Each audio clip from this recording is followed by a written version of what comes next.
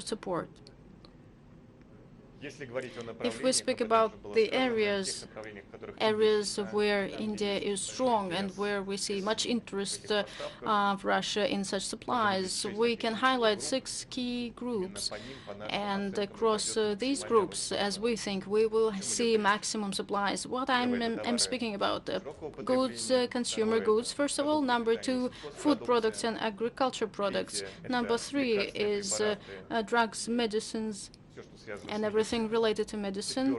Number 4, telecommunication equipment and IT sector services. Number 5, supplies of various parts for Russian industry. Number 6, labor resources.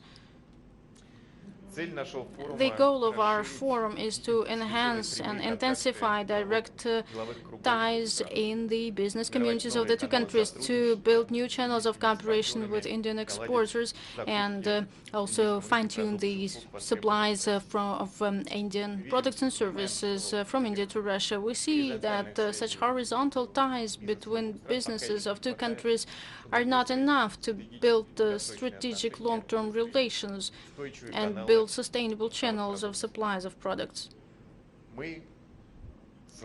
From our side, we are ready to ensure proper conditions for welcoming Indian products and goods in the Russian market, and also to cooperate in building instruments to ease logistics, payments, certification, and other systemic questions that might arise.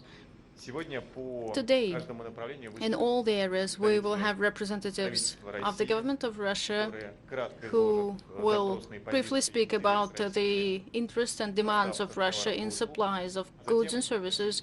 And next, Russian business representatives will speak about their real needs. Dear friends, the key things are in your hands. The horizontal ties between businesses is the key point. Authorities, governments of the two countries will create conditions so that this trade is underway, but without ties on the level of companies, suppliers, and consumers and buyers, we will not see any trade streams between the two countries. I'm sure that today's forum will be very useful and valuable. The ties will be set and the contacts will develop, and step by step we will go to practical agreements. And I'm sure that after today's forum we will have next events, and I'm sure that the next stage might be arranging in Russia next year a specialized exhibition trade fair of Indian export goods, products and services for the Russian market. We will make the second step so that business ties get stronger every day. I wish all of us successful work. Thank you very much for your attention.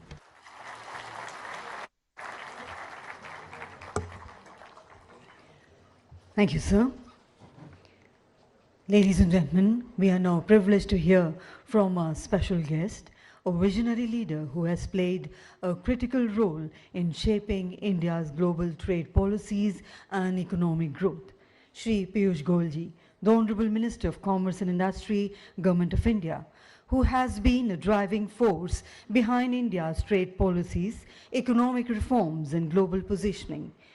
His leadership has played a pivotal role in shaping India's trade landscape, fostering economic resilience and steering the country towards a self-reliant and globally competitive economy. It is my honor to invite Shri Piyush Goyal, Honorable Minister of Commerce and Industry, Government of India, to kindly share his vision with us.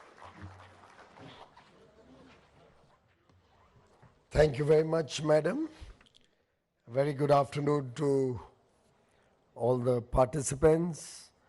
Dobry den. His Excellency Mr. Maxim Oreshkin, the Deputy Chief of Staff of the Presidential Executive Office of the Russian Federation, Honorable Ministers, Excellencies, distinguished guests, friends from Russia and India, friends from the media, ladies and gentlemen.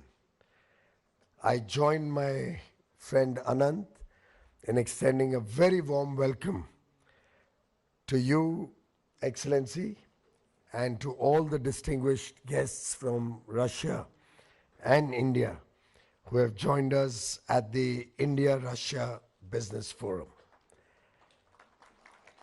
I really think we needed a larger room because the depth, the breadth, the size, the scale, and the strength of the partnership between Russia and India is so deep, enduring, and strong that possibly this room cannot fit that and cannot accommodate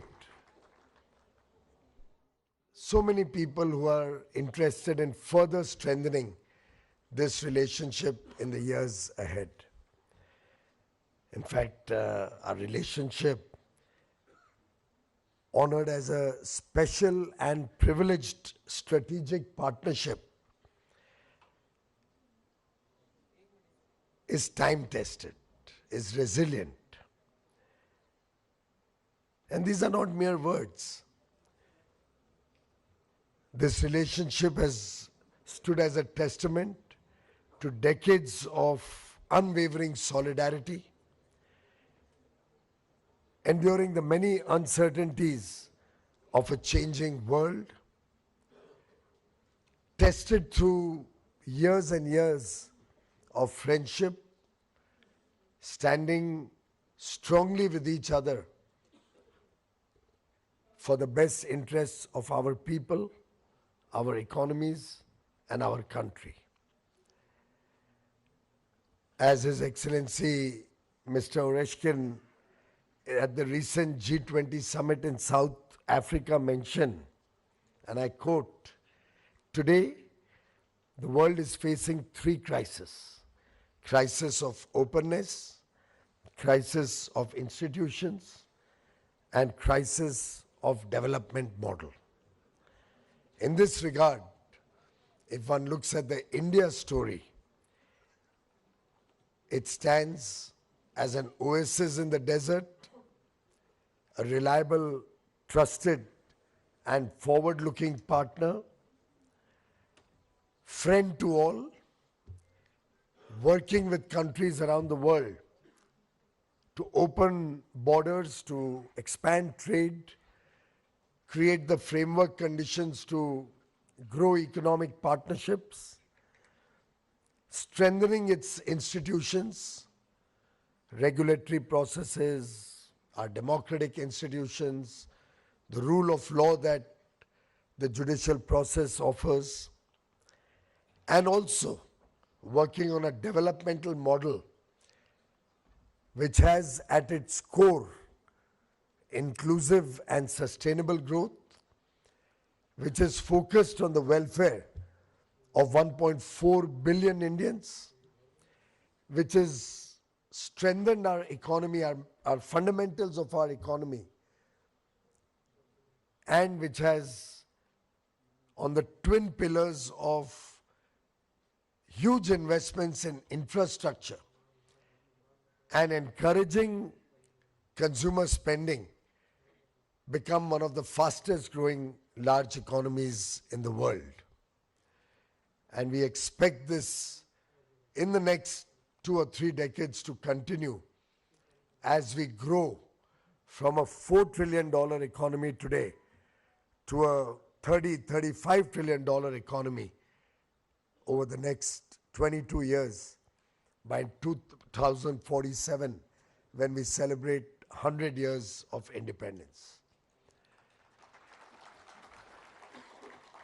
Friends, despite all the global headwinds, India and our economy has demonstrated tremendous ability to withstand headwinds, shock, challenges. From a fragile 5 economy barely 11 years ago, we are today amongst the top 5 economies, soon to become the world's 3rd largest GDP.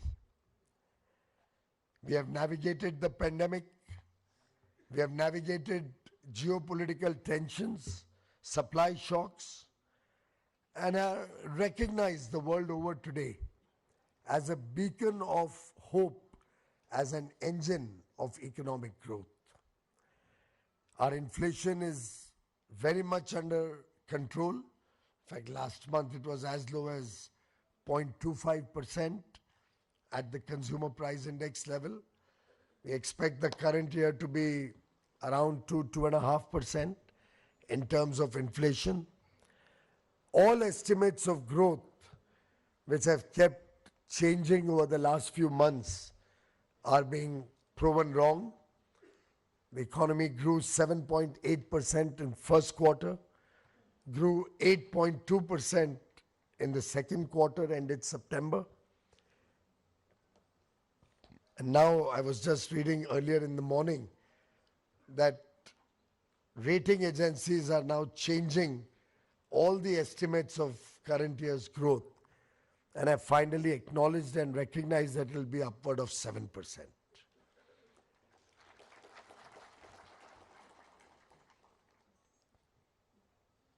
We have, when I talk about macroeconomic stability, strengthening the fundamentals of our economy,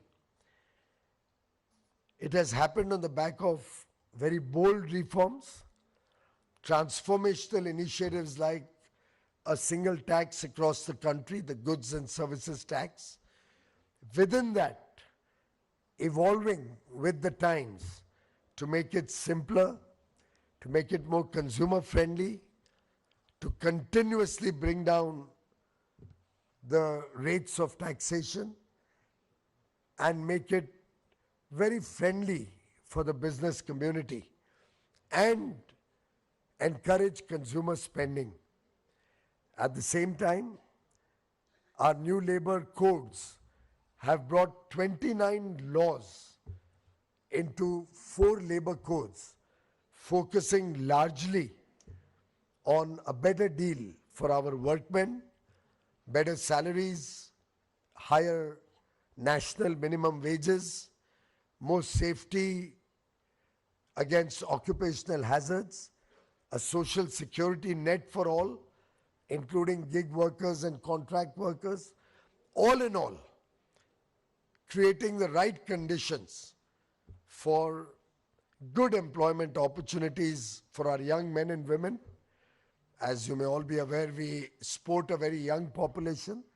The average age is around 28.5 years, and we are expected to continue to be young for the next 3 decades. We have also focused on decriminalization of many laws where small misdemeanors could cause a lot of problems for businesses.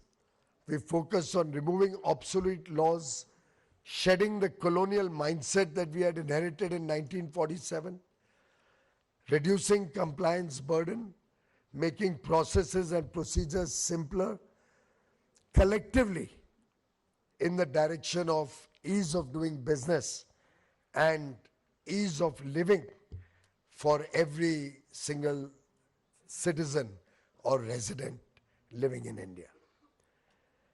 Our Prime Minister, Shri Narendra Modi,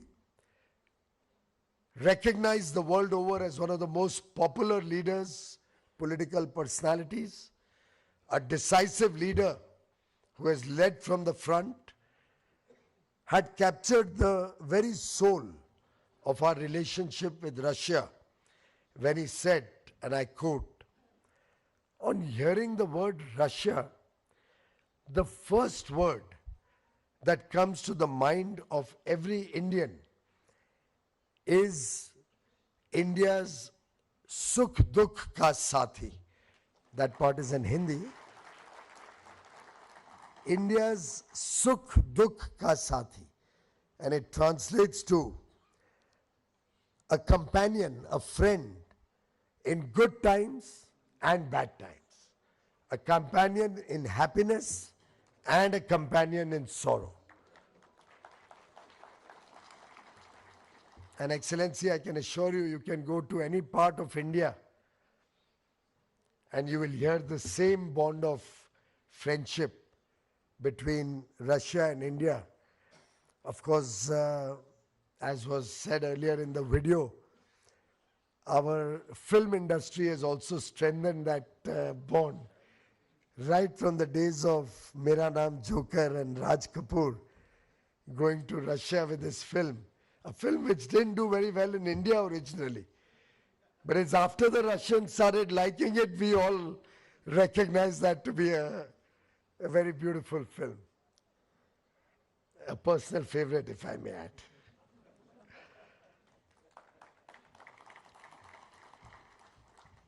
And the Prime Minister further went on to say, no matter how low the temperature dips below minus during the Russian winter, the India-Russia friendship will always remain full of warmth. And I think that is what we can see in this room today. Friends, a decade ago, in 2014, during Prime Minister Narendra Modi's first summit meeting with His Excellency President Vladimir Putin, we aimed for a $30 billion bilateral trade, as His Excellency just mentioned, by 2025. We are twice that already. Of course, you very rightly pointed out that it's very skewed and needs to be more balanced. We need to bring more diversity in our trade basket. We need to make it more balanced inter, say, Russia and India. We need to add more variety. And there's so much to offer between both countries. There's so much that we believe we can take from Russia. There's such a large variety of offerings that 1.4 billion Indians from India have to offer to Russia, that the sky is the limit. And I think if we all work together, particularly our business community takes a leap of faith, I am very sure this untapped potential can be explored. The partnership will flourish. We'll address the trade imbalance in the near future, and we'll work collectively to eliminate, reduce, dilute the trade barriers, if any. We'll work to create the right conditions to open opportunities for business persons on both sides. And therefore, the theme of today's business forum, sell to Russia, and within that, balanced growth, shared growth, I think is extremely opportune, comes at a moment of time when it is very relevant. Russia has a huge demand for a wide range of industrial goods, consumer products, presenting multiple untapped opportunities for Indian businesses. Many sectors with a strong potential would include, as you were mentioning, the automobile sector, whether it's cars, tractors, heavy commercial vehicles, electronics, smartphones, data processing equipment, heavy machinery, industrial components, textiles, food products, and many more. Friends, entrepreneurship runs deep in India's DNA. As we have developed our startup ecosystem to become the third largest in the world, propelling innovation across deep tech, agri-tech, fintech, defense, semiconductors, space, opportunities galore, which makes India a destination of choice, a provider of substance. I'm sure even investors looking for high value returns would find a lot of opportunities in India. Also, our demographic dividend, the young, hardworking, talented, skilled men and women can fill Russia's large 3 million talent shortfall that I'm told exists. And I can assure you, our young people are not only very hardworking, they will not complain that it's Friday evening or it's Saturday and we need to go off. Our young men and women are driven, willing to work 7 days a week if the requirement is there. Willing to really put in long hours, a lot of hard work, very committed, very, very conscious of their responsibilities, outcome oriented. After all, we produce the world's largest number of STEM graduates, 2.4 million STEM graduates coming out of our universities and colleges every year. I am sure these young men and women, the talent from India, can inject innovative design skills, analytics, research, and other capabilities which will enhance Russia's competitiveness in the world markets. In conclusion, I would like to quote a phrase by Rasul Gamzatov, a Russian poet, and I quote, "There are no distant lands for those who have a friend nearby. Mountains do not divide us. They only lift our gaze higher to see another." In the same spirit, it is often said, when you cross one mountain, you only find many more ranges ahead to conquer. We may have achieved $70 billion of bilateral trade, but we cannot rest. We need to grow that. We need to balance that. We need to have the shared prosperity of both regions in our focus.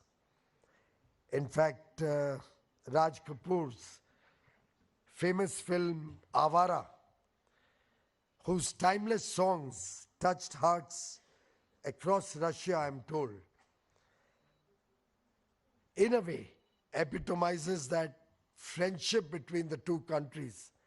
It reminds us that culture, like friendship, has no borders, has no boundaries. I'm confident that today's deliberations will spark new collaborations and strengthen our partnership to greater heights, conquering greater challenges and achieving better results for the shared prosperity of India and Russia. Dhanyavad, thank you very much. Spasiba. Thank you, Honorable Minister, sir, for your inspiring address and for illuminating the path forward for India-Russia economic cooperation. Ladies and gentlemen, let's once again put our hands together to thank the Honorable Minister and our distinguished dignitaries, both from India and Russia, as we close this session.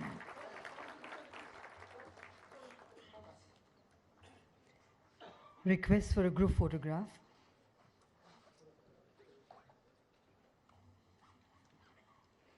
Ladies and gentlemen, we would request everyone to kindly remain seated as we will be straight away moving into the proceedings of the next session. We request to just give us a moment to arrange the top table for the next session.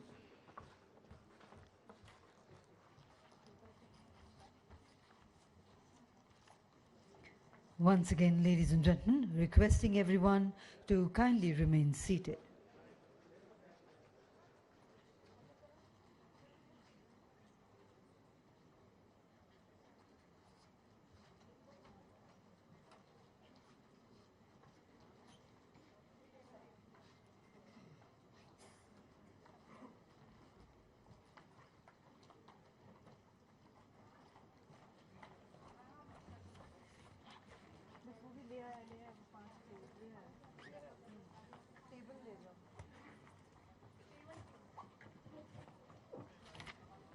Ladies and gentlemen, we'll just take a moment to set up the top table, the stage for the next session. We request everyone to kindly remain seated. The next session will be conducted in Russian. You may kindly, for translations, use your headsets. Once again, number 1 is for English, number 2 is for Russian.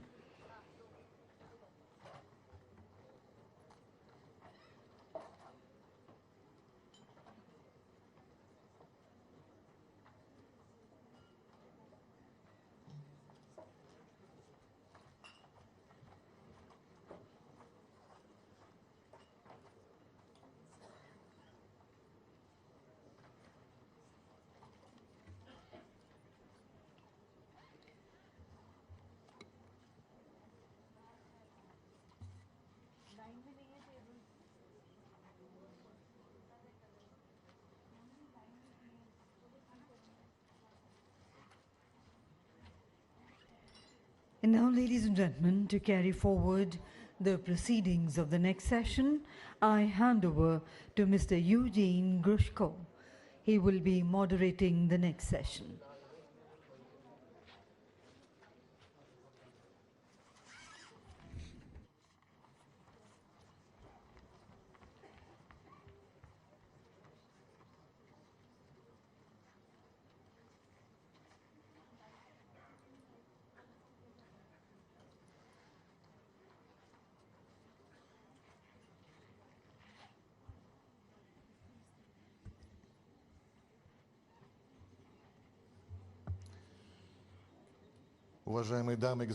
So, dear ladies and gentlemen, welcome you from the Russian-speaking part, which is present here at the forum. Allow me to invite to the stage the speakers who will start our block. New trade opportunities, export of Indian goods to Russia. Please silence, ladies and gentlemen. The first, Maxim Reshetnikov, to come to the stage.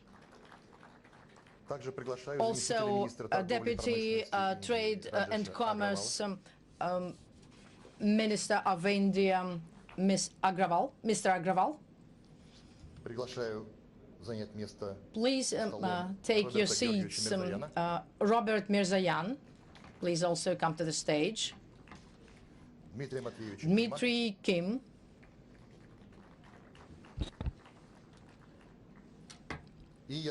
And Yaroslav Stepanyuk.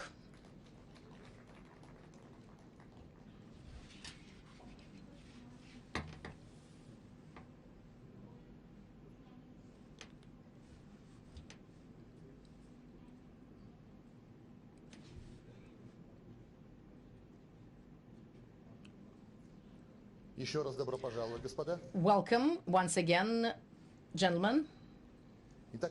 So let's start new trade opportunities, increased Indian goods export to Russia. Let's start the dialogue to create new trade opportunities and increased Indian goods export. It will be opened by the Minister of Economic Development, Maxim Reshetnikov. The floor is yours.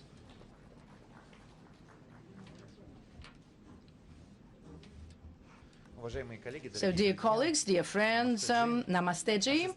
Our countries are connected long-term friendship relations in Hindi, to increase our cooperation. We have gathered with a big Russian delegation.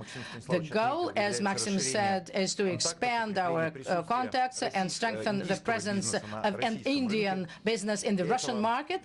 For this, we have all opportunities, and Russian economy is sustainably growing despite the external challenges. The GDP grew higher than on average global more than 4%. This year we are growing a little bit slowly, but that's the payment for lower inflation, and we can see significant lower inflation in the recent months.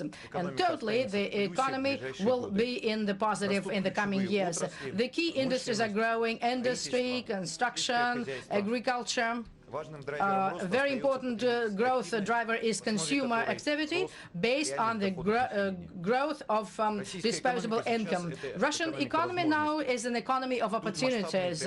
Large-scale transformations are underway in all spheres. We are developing and expanding bigger and launching a big infrastructural and economy and tourism, export, technology, artificial intelligence, and science project, and the state supports them.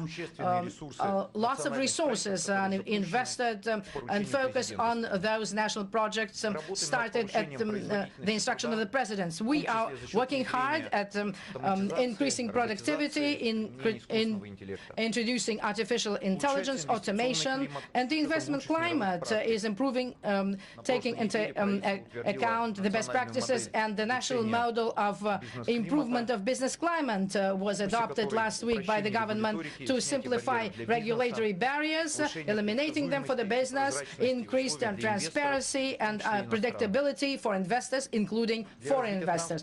To develop the connectivity of our two countries, we are doing a lot to debottleneck, especially the roads and railway infrastructures, the passway and ports entrances, and the development of connected to the neighboring countries in the framework of the development of international transport corridors. Those are the important factors for business, Indian business partners who are ready to enter the Russian market to expand their presence. First of all, in trade. Last year, Russia-India achieved a record trade turnover, and our joint goal now is to diversify and balance the trade. That's the necessary condition to achieve the goals that were set by the two leaders of our countries. $100 billion by 2030.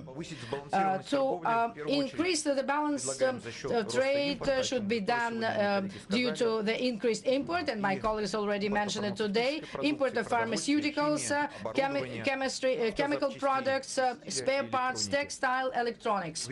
And I'm sure that the negotiations that started last week on the zone of the free zone between India and Eurasian Economic Council will give us the impetus. With the transport leverage, we have to develop logistics very actively. Regularly supplies go through south-north route, and also the northern sea route on the eastern corridor Chennai-Vladivostok should also be employed more actively. Electronic commerce is giving us more opportunities today. Russia is among the first in the world to introduce systemic regulation of platform economy to protect the interests of all parties, the platforms, the buyers and the sellers, and ensure the further development of this quickly growing sector of the economy. Over the recent 4 years, sales in Russia through internet grew 4 times, and the share in retail increased up to 15%. The turnover of goods and services through platforms will achieve 5.5% of GDP next year. More than 3 million people work for such platforms, 1 million of sellers. Powerful networks are built, warehouse logistics is also developing. That's why we are offering Indian producers of food goods, food products, home appliances, electronics, shoes and clothes to go to Russian marketplaces. This will allow you direct access to millions of consumers in Russia, but not only in Russia. Our platforms, marketplaces, and colleagues will speak more about that, are actively working in international expansion and are also developing in the neighboring countries. To demonstrate the potential of cooperation, colleagues will give you more details on their activities. We see much potential in development of tourism as well. Russian tourists make more than 50 million trips abroad a year. The market is $38 billion. Less than 1% is India. And of course, it is not in line with the potential we have. And despite 15% growth of mutual tourist flow this year, we are 2 times lagging behind, 2 times lower than pre-pandemic indicators. What are the priorities here in this type of work? Simplification, the conditions for journeys, for traveling. Electronic visa is now 120 days, and 30 days of stay is what we offer in Russia. Next step is visa-free group traveling. India is also looking into an agreement we have prepared, and again, we want to address the business community of India to work on this point together with us, with Indian colleagues, as soon as possible. We think that this is in the interest of both countries. We successfully use such mechanism with our Chinese friends and with Iran, and over the recent 2 years, we attracted using this mechanism more than 1.5 million tourists. Development of air flights. Now we have 15 flights a week between the two countries made by Russian airline. Between Russia and China, to compare, we have 220 flights per week. UAE 369 flights every week. 12 international airlines fly to Russia. So we're ready to cooperate and give the permits for flights for Indian airlines. So we'd also offer to develop this area. In development of tourism, we're adapting our hospitality sector for the demands of Indian travelers. Starting this year in Moscow, we have India-friendly standard introduced. Esteemed colleagues, dear friends, we value trust and interest of India towards Russian economy, and we're always open for cooperation, and we're ready to tackle all tasks and questions emerging together and convert ideas of Indian businesses into real projects in Russia. You're very, very welcome. Esteemed Maxim Gennadievich, thank you very much for your speech. Our next speaker is Deputy Minister of Trade and Industry of India, Mr. Rajesh Agrawal.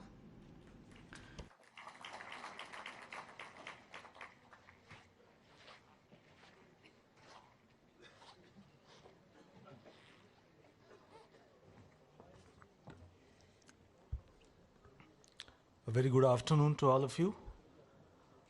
His Excellency Mr. Maxim Oreshkin, Deputy Chief of Staff of the Presidential Executive Office of the Russian Federation, Honorable Minister for Commerce and Industry, Sri Piyush Goyal ji,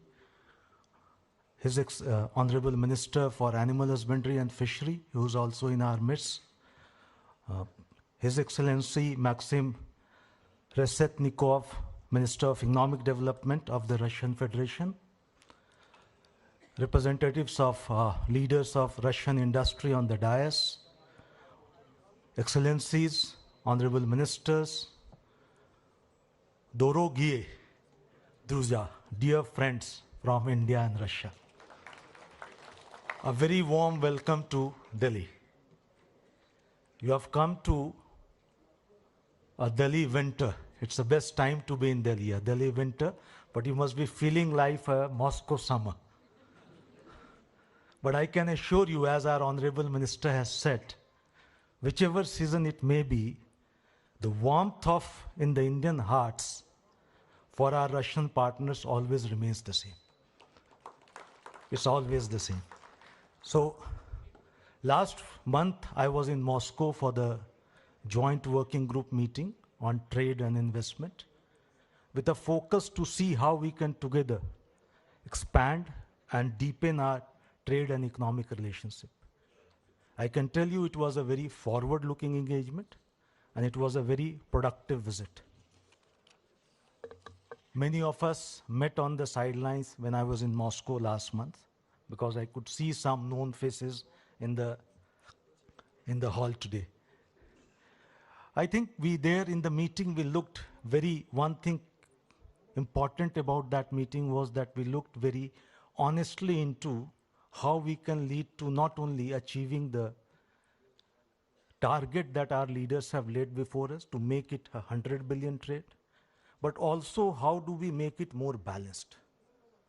And to make it more balanced, one of the key aspects that we need to address is not that how we trade more of what we are trading today, but we also need to look at how differently we can trade to make it balanced, because we can't have a balanced trade until unless the composition of goods that we trade with each other undergoes a change.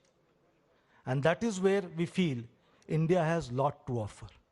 There are multiple areas where Indian exports, Indian trade to Russia is missing right now, whether it's automobile, auto components, textile, very limited, leather, pharmaceuticals. We can do a lot than what we are doing right now. We can do a lot on healthcare. We can do a lot on information technology. India is an IT powerhouse. How can we contribute to your IT services?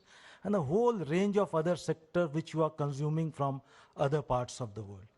We can help you not only increase trade in these areas, help you diversify, make your supply chains more resilient, which is also, I think, one of the key priority of trade across the world for all nations today.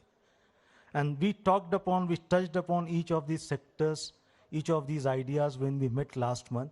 And we hope to continue our engagement at our level with my counterpart there, Deputy Minister Ilechov, to see how we can take this together and do more on this.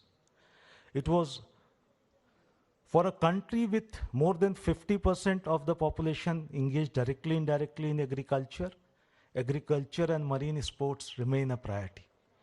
That is something that will always remain a priority, and we can do a lot for Russia in that sector.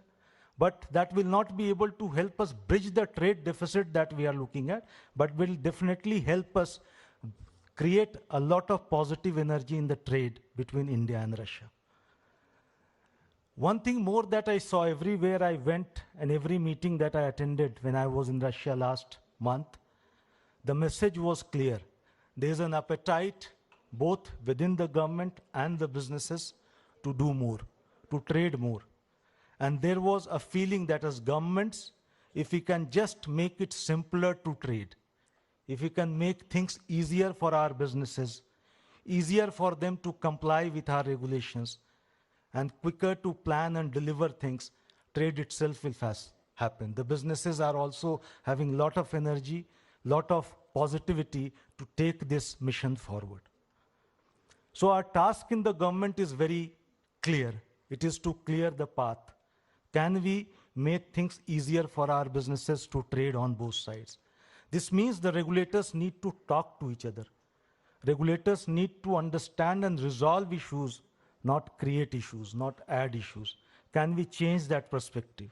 We need to see how we get into standards and certifications which match each other, which converge with each other rather than moving on the other side. Can we do something around? Can we have more long-term predictable processes which gives confidence to businesses on both sides? And then can we lay down procedures which are more like a bridge rather than a hurdle? So I think that's the task cut out before the governments. We as government, a lot of honorable ministers and deputy ministers are in the hall today, and I think if we actually need to realize this mission, this is what all of us need to do together. And there's already a lot of positive work that is happening in this direction over the last few months. So there's a lot of momentum we need to carry on and take it. The India-Eurasian Economic Union Free Trade Agreement negotiations, which we have started recently. The last week, the first round of these negotiations was started. In August, we did the terms of reference were finalized. I think this is also a step in the right direction, which will open up a new host of opportunities for businesses to trade more with each other, because it will give a long-term predictability into our economic landscape on both sides. Long-term predictability on tariffs and also a pathway to resolve non-tariff barriers so that businesses can take long-term risks, long-term bets on each other's market. However, alongside, as our Honorable Minister pointed out, services is also one area which is an area of strength of India. With a young demography which is going to be there for next 3 decades, there's a lot that we can do together. Today we are 55% of our GDP is services. Today our 45% of our exports are services. Today 50% of GCCs across the world are in India. can we do more together to see that your deficits in areas and services wherever can India bridge that deficit, help you, empower you also to deliver more in this front to providing that bridge? Because if we can do that together in this quest, I think both sides have agreed to engage more positively to see that can we have a bilateral agreement or bilateral arrangement to spur this relationship in the space of services also, so that we can do more, because this is also where we feel we can bring more value to this bilateral relationship. I think overall, if we look at, there is a lot of positivity in this partnership in last few months. There's a long trust relationship which emanates, I think, more than decades and decades of our relationship, which has got a lot of history, a lot of civilizational history, a lot of our relationship post-independence between Russia and issue. And as our Honorable Prime Minister has put it, as our Minister has put it, I think what we just need to do is to put down and see how we can make things easier for our businesses to do trade with each other. If we can do that, I think we'll not need to do anything more further than that. I think things will get realized, because today, if you talk to businesses in this room also, they have ideas, they have thoughts, they have investments. What they don't have is the trust to take that risk. Take that, if we can give them that trust to take that risk, I think things will start happening. So with these words, I welcome you all to India. I hope this partnership that we are showing today in this room today, the deliberations that will happen over today and tomorrow, will open up a more matured and a more trust relationship between our businesses, and open up new areas of partnership which will spur both our trade and investments on both sides, and realize our dream not only to reach $100 billion by 2030, but also make it in much more balanced fashion, fashion in which both sides feel a winner at the end of it. So with these words, thank you very much. Thank you all for being here. Thank you. Thank you very much, Mr. Deputy Minister. Now we're giving the floor to representatives of business community. Inviting Robert Georgievich Mirzayan, Chief Executive Director, Wildberries and Rus.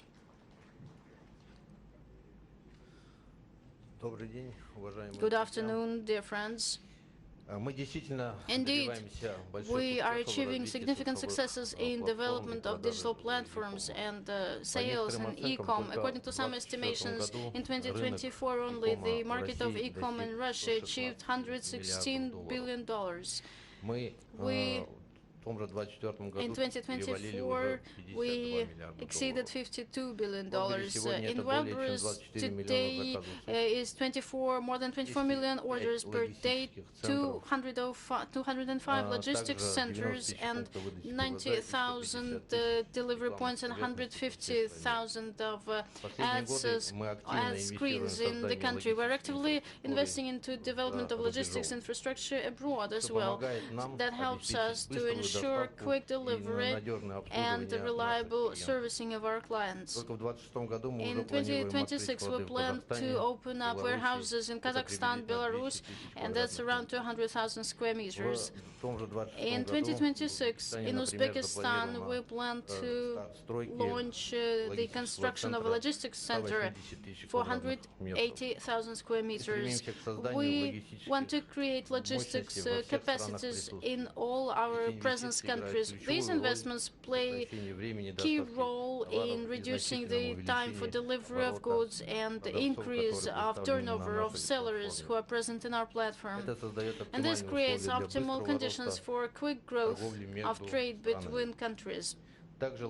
Also, logistics facilities create new jobs, ensuring good working conditions, attracting students and young people that stimulates the local economy. It is important that we are actively implementing innovative solutions in logistics. In our warehouses, we use automated systems that accelerate processing the orders and reduce the human factor. And in the future, in the company, we plan to use drones, autonomous transport vehicles for delivery. That will allow us to increase the speed of delivery of goods and reduce the logistical costs. Now, we are working in 10 countries: Russia, Belarus, Kazakhstan, Armenia, Kyrgyzstan, Georgia, Uzbekistan, China, United Arab Emirates, Tajikistan. Indian market for us is very promising. Now we see that the products from India are in demand among buyers. Russian sellers are actively buying Indian goods, offering them in our platform. To promote such goods, we launched a window called Made in India. We expect that the sales volume of Indian products this year will total $235 million. Now we are looking into approaches to export models, including B2B for Russian producers, for Indian parts and components, and importing goods from countries of our presence to India. We understand the complexity of export procedures. We know the problem of the costs and logistics, but we believe that with support of the state and with use of flexible digital mechanisms, we will be able to achieve new level of mutually beneficial trade between our countries.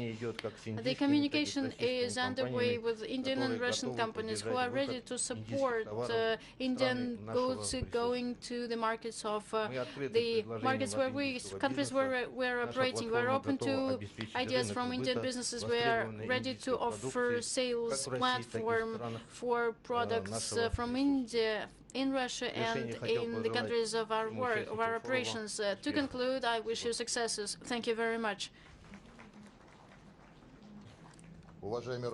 Esteemed Robert Georgievich, thank you very much.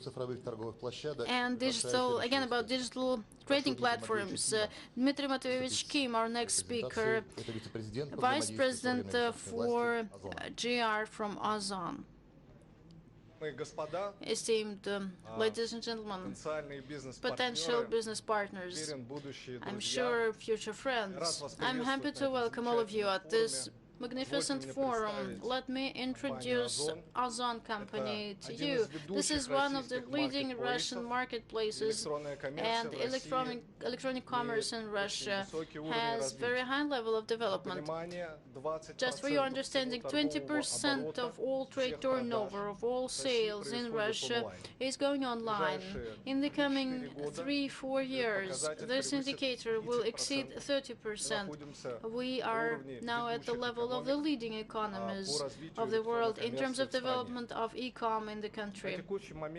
As of now, 82% of the audience of Russian internet are visitors of our app, and every month more than 63 million buyers make purchases in our marketplace. In average, the amount of such purchases is more than 34 per year. And this became possible because the ordered product from our platform will come to you in average in 3 days from the moment of ordering it. Through developed logistics infrastructure, and we built more than 4 million warehouse capacities across the country. We are operating more than 75,000 points of delivery points, and the popularity of goods in our platform is growing all the time. It is important to mention that we are an open digital platform, so the goods that are sold in our country belong to our partners selling. So we have more than 400 million trade units represented, and the goods bought and purchased by our sellers to further sell and produced in the territory of India cover more than 1 million of trade units. And year-on-year growth was 46%. So the demand for Indian goods among our consumers is rather high. So we invite our Indian companies to further cooperate because we can see high potential and we are ready to become the digital platform that would provide accelerated development of our trade turnover. Thank you very much.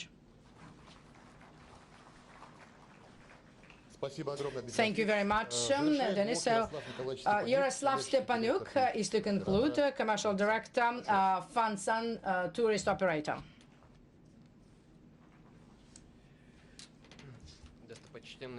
So, extinguished guests, ladies and gentlemen, thank you very much for this opportunity to speak up at this platform, because it's really important for the development of our business cooperation, and in our case it is tourism. Fansan is one of the major tourist operator in Russian Federation. In 16 years of operations, we've demonstrated ourselves as a stable international partner, and the numbers shows that back in 2024 it was 2.2 million tourists, and in 2025 it's already 2.7 million. We send tourists in 55 areas, and we are launching new all the time, new areas. We have a rep office in Turkey, Egypt, United Arab Emirates, Thailand, Kazakhstan, Vietnam, and many other countries. We work with a full spectrum of services, insurance, tickets, airfare, hotels, and clock-round service. We are a reliable tour operator, which is proved by huge volume of insurance, 6.4 billion rubles, and guarantees, the biggest fund of personal liability, which is 2 billion rubles among all operators. The interest of Russians to India is very high, and because India is among top 10 destinations for Russian tourists. And for us, it's a unique combination of Asian civilization and beautiful beaches of Goa. For us, this project is a long-term cooperation. Russia is becoming one of the most growing destination for Indian tourists. Moscow, in the first half of 2025, is one of the leading cities of destinations, and the Indian guests are number 2 among foreign tourists to Russia and Moscow. And our tourist product combines all cultural centers of Moscow and St. Petersburg, and also Golden Circle route and the Russian North, Kamchatka, Tatarstan, and Baikal routes. Fansan company has developed and is successful in international project All for All, which helps us to send tourists to have vacations in Russia and develop our distribution network. Also, we are cooperating with the Russian brand Niska Russia, which allows us to promote Fansan is a systemic partner of Russia and India, in India and Russia, and we offer structured approach to tourist exchange in the development of business tourists and mass segment, promoting and facilitating mutual tourist flows and attracting tourism into the regions of Russian Federation. Our key offers are launching direct flights by Indian companies and increased growth and popularization of vacation both sites and no visas. So in Russian-Indian context, we transform the interests of millions of people to each other into real business contacts, tourists, and ties. With the support of the authorities of both countries and business involvement, we can increase our mutual tourist flow to make it sustainable growth driver of economic growth, and Fansan is ready to become the leader of the process. Thank you. Thank you very much. Ladies and gentlemen, our block is finished. Let's do the joint photo. You're welcome.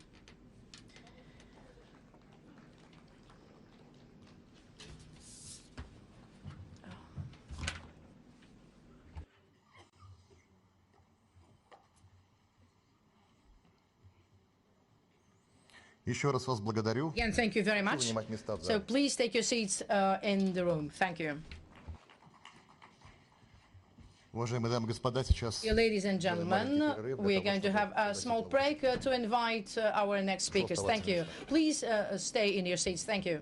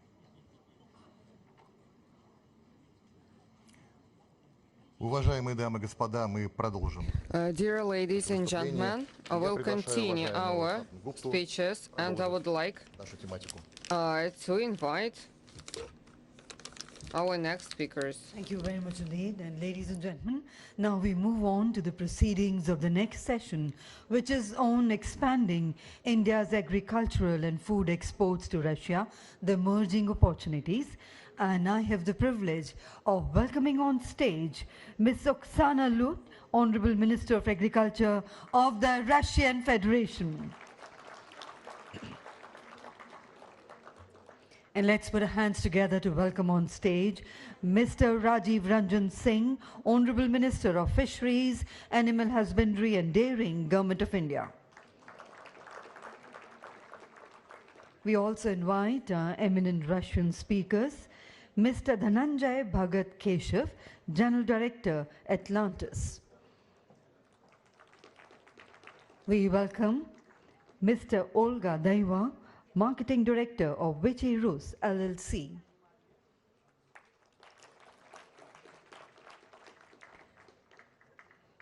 And we welcome Mr. Vladislav Baktenlika, General Director, Grand Trade.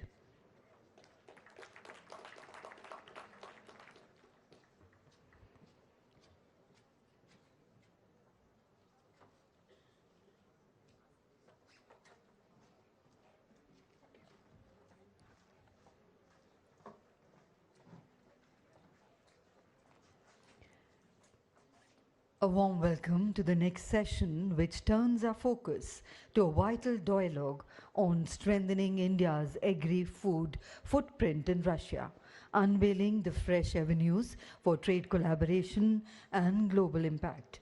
Ladies and gentlemen, it is now my honor to invite Ms. Oksana Lut, Honorable Minister of Agriculture of the Russian Federation, to kindly deliver her address.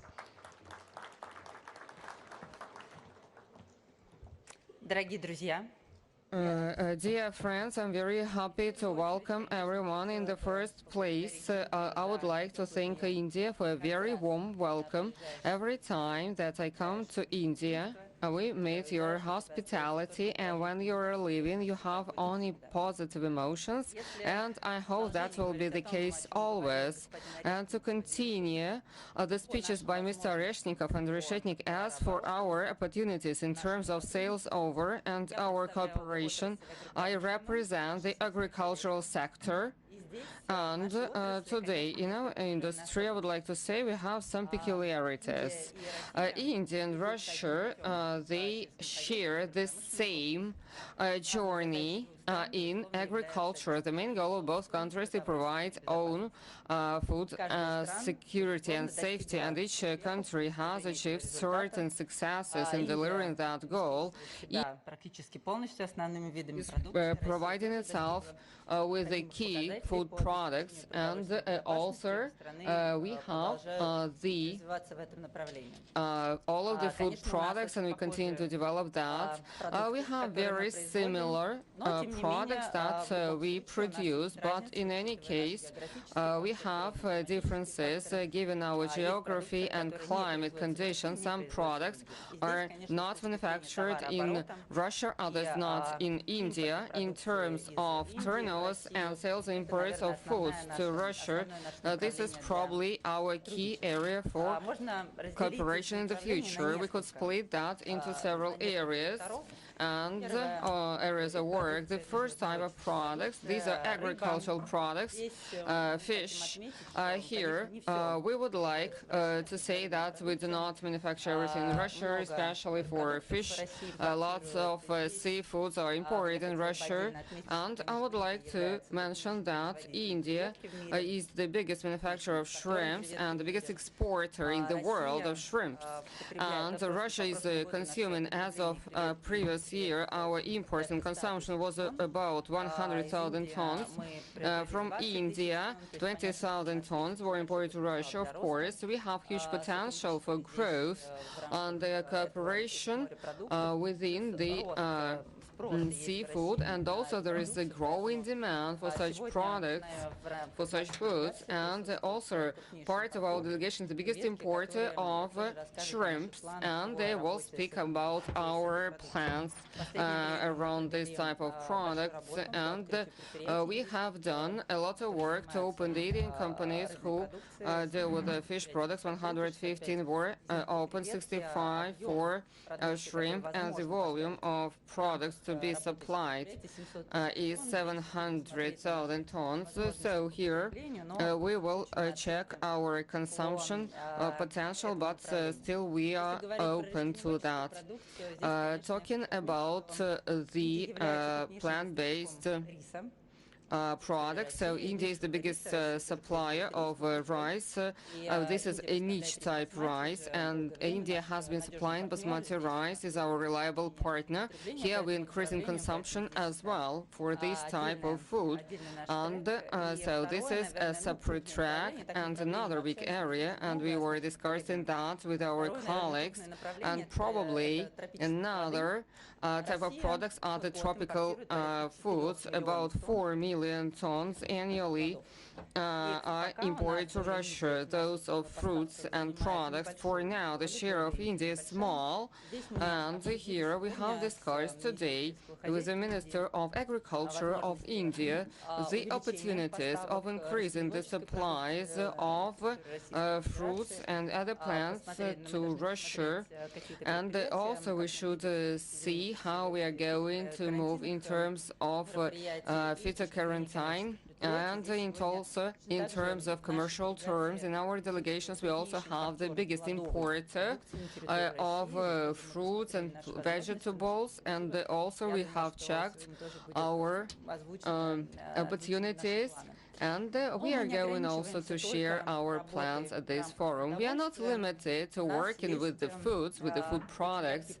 We have great examples of the work of Indian business on the territory of the Russian Federation, and they are producing food products in Russia, and they are using the Indian equipment as well. I would like to emphasize that food processing and food industry is looking at Indian equipment, talking about its high productivity, efficacy, and quality, and our procurement, and also the equipment that we buy from India to manufacture food products. So these are growing volumes.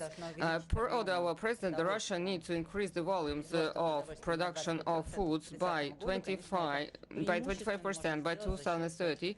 It can be done by the food processing industry. We could look at cooperation with our Indian partners in terms of equipment, and we hope that we're going to actively develop that. We also have scientific development areas and tracks. Today with the colleagues, we also discussed the possibility of creation of joint products for selection, and we could also develop the hybrid species and do selection in also in animal farming, and also the soils. This is a very important topic. some countries, and all of the countries are facing that, and we could improve the fertility with the help of mineral, organic, biological fertilizers to preserve our key production means, soil. And also we could also consider selection and agricultural animal farming projects, and also mid-volume productions. And another topic which is important for any industry, this is our future children education. We have joint programs for education and training of our children. For higher education institutions, universities, we have that joint projects, agronomic projects, which we jointly have, and also we need to pay special attention to master degree and also to PhD and postgraduate studies, so that we share the pool of scientists for further developments to provide for our food security in the future. And I would like to once again emphasize, thanks to our friendship, the friendship between India, our industrial, agricultural sectors, thanks to the friendship between our leaders, Mr. Modi and Mr. Putin, we are going to develop our agricultural cooperation, and citizens of both countries will always have very tasty and high-quality food. Thank you very much. Thank you, Honorable Minister, for your thoughtful and forward-looking remarks. Ladies and gentlemen, we now move to an important address from a distinguished leader who is guiding India's transformative initiatives in the fisheries, animal husbandry, and the dairy sectors, areas that are central to livelihoods and rural development and the national food security. May I now invite Shri Rajiv Ranjan Singh Ji, the Honorable Minister of Ministry of Fisheries, Animal Husbandry and Dairying, Government of India, to kindly share his remarks with the August House. Let's put our hands together to welcome sir.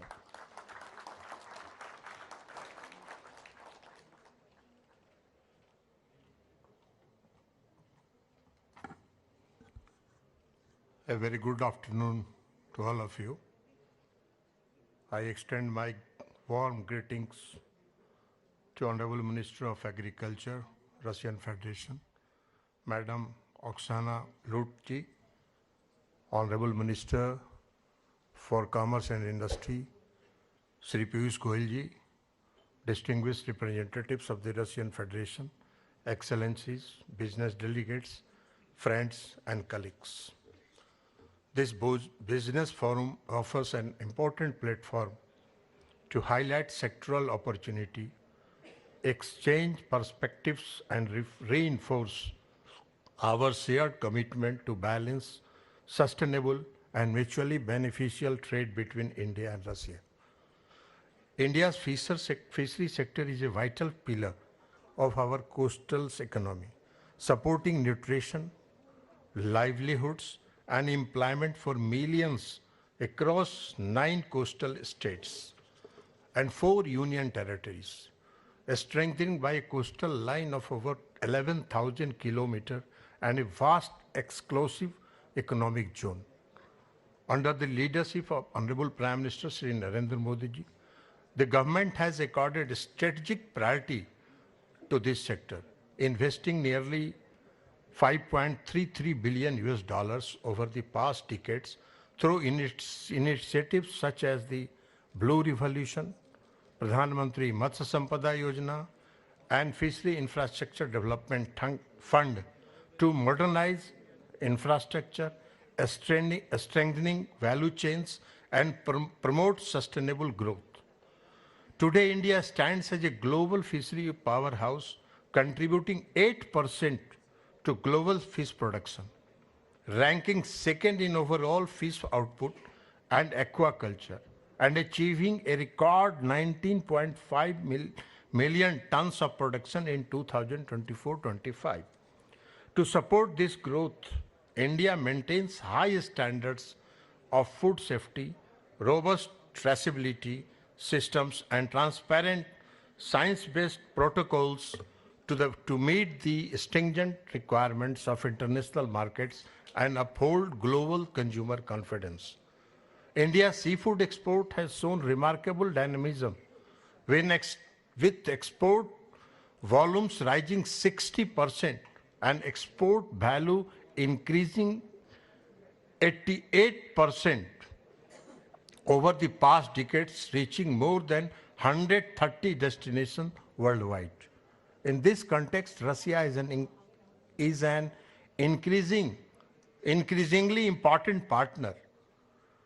While Russia imported marine products worth US $3.5 billion in 2021, India's export were USD 135 million, highlighted the considerable scope to expand our market presence. I take this opportunity to sincerely thank the Russian authorities for their constructive cooperation and continued confidence in India's seafood safety and quality systems. The approval of 128 Indian seafood processing units for export to Russia reflects this trust, and we look forward to continue engagements for approving the remaining 32 units and lifting temporary suspensions on fishery establishment to further extend trade flows. Enhanced access to the Russian market, particularly for aquaculture products such as shrimp, will directly benefit India's 30 million fisheries-linked livelihoods by generating employment, strengthening processing networks, and supporting foreign exchange earnings. At a time when our exporters face tariff-related challenges in certain other markets, expanded opportunity in Russia will help diversify destination and ensure sustained, stable growth for the seafood sector.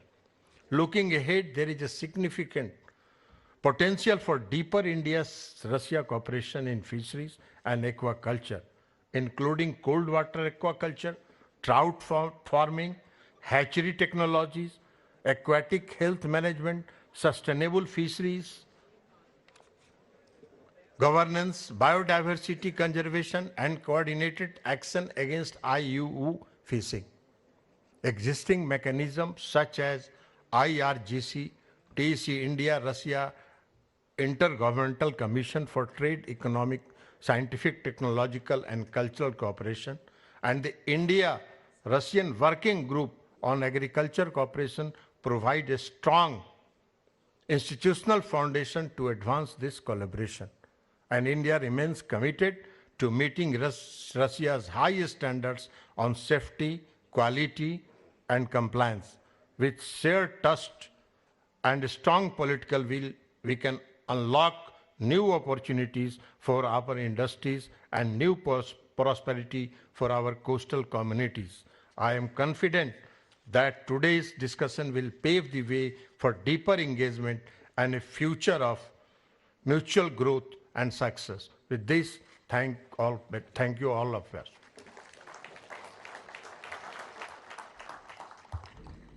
Thank you very much, sir, for your insightful and the encouraging remarks. Ladies and gentlemen, we now proceed to hear perspectives from distinguished representatives of the Russian business community, whose insights will further enrich our understanding of the emerging opportunities for the bilateral collaboration. We first invite Mr. Dhananjay Bhagat Keshav, General Director of Atlantis, to kindly share his comments.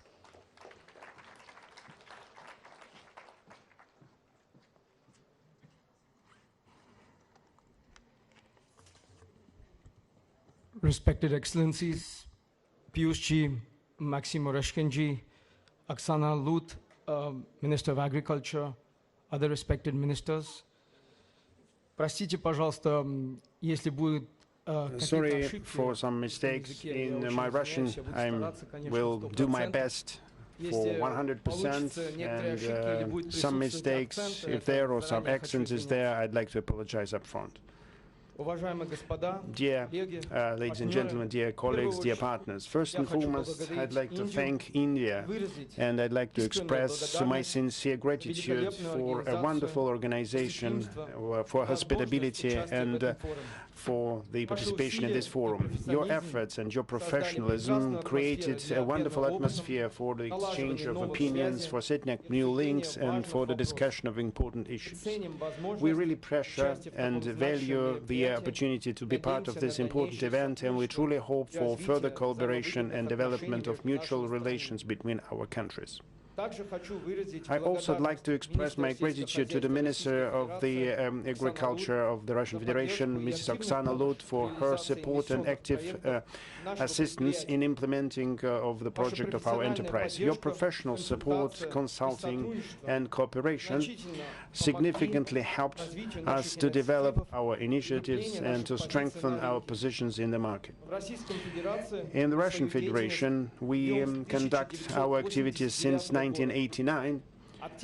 We actively invest, and our investment phase started in 2014, and for today the Atlantis group of companies has the investments in the amount of 62 billion rubles, and further on in the future we will continue our investments to implement the new investment project of ours. In 2026 our investment portfolio in the Russian Federation will make up more than 100 billion or $1.2 billion.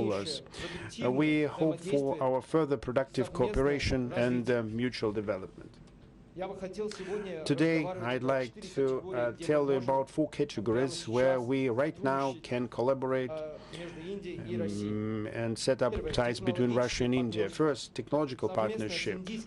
Jointly with the Indian industrial companies, we provided deliveries to our facilities of 3 high-tech lines for production of French fries. Their total capacity is 72,000 tons of output a year, which brings our projects to the level of the biggest in the country.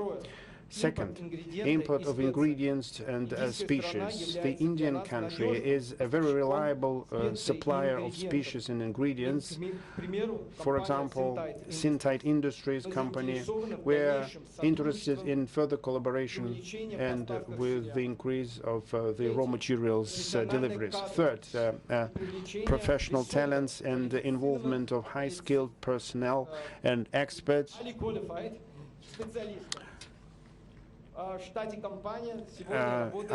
In our company we employ around 4,000 employees. 230 experts of them come from India, who show very high qualification and enjoy unique technological expertise. Their experience helps us to speed up the starting and launching of production facilities and implement the global standard of standardization. In our plans for 2026 we are ready to involve around 800 experts from India. Fourth point, cooperation in the area of seafood deliveries. Initially, we imported that, and we're extremely interested in further development of mutual collaboration in the area of seafood deliveries from India. In particular, these are processed shrimps, and we really pressure the high quality and diversity of Indian products and its competitiveness in the global market. Our company is interested in setting up long-term partnerships based on trust and mutual benefits in order to provide stable deliveries of fresh and high-quality seafoods. We're sure that our joint efforts will allow to significantly expand our opportunities and strengthen our trade and economic cooperation.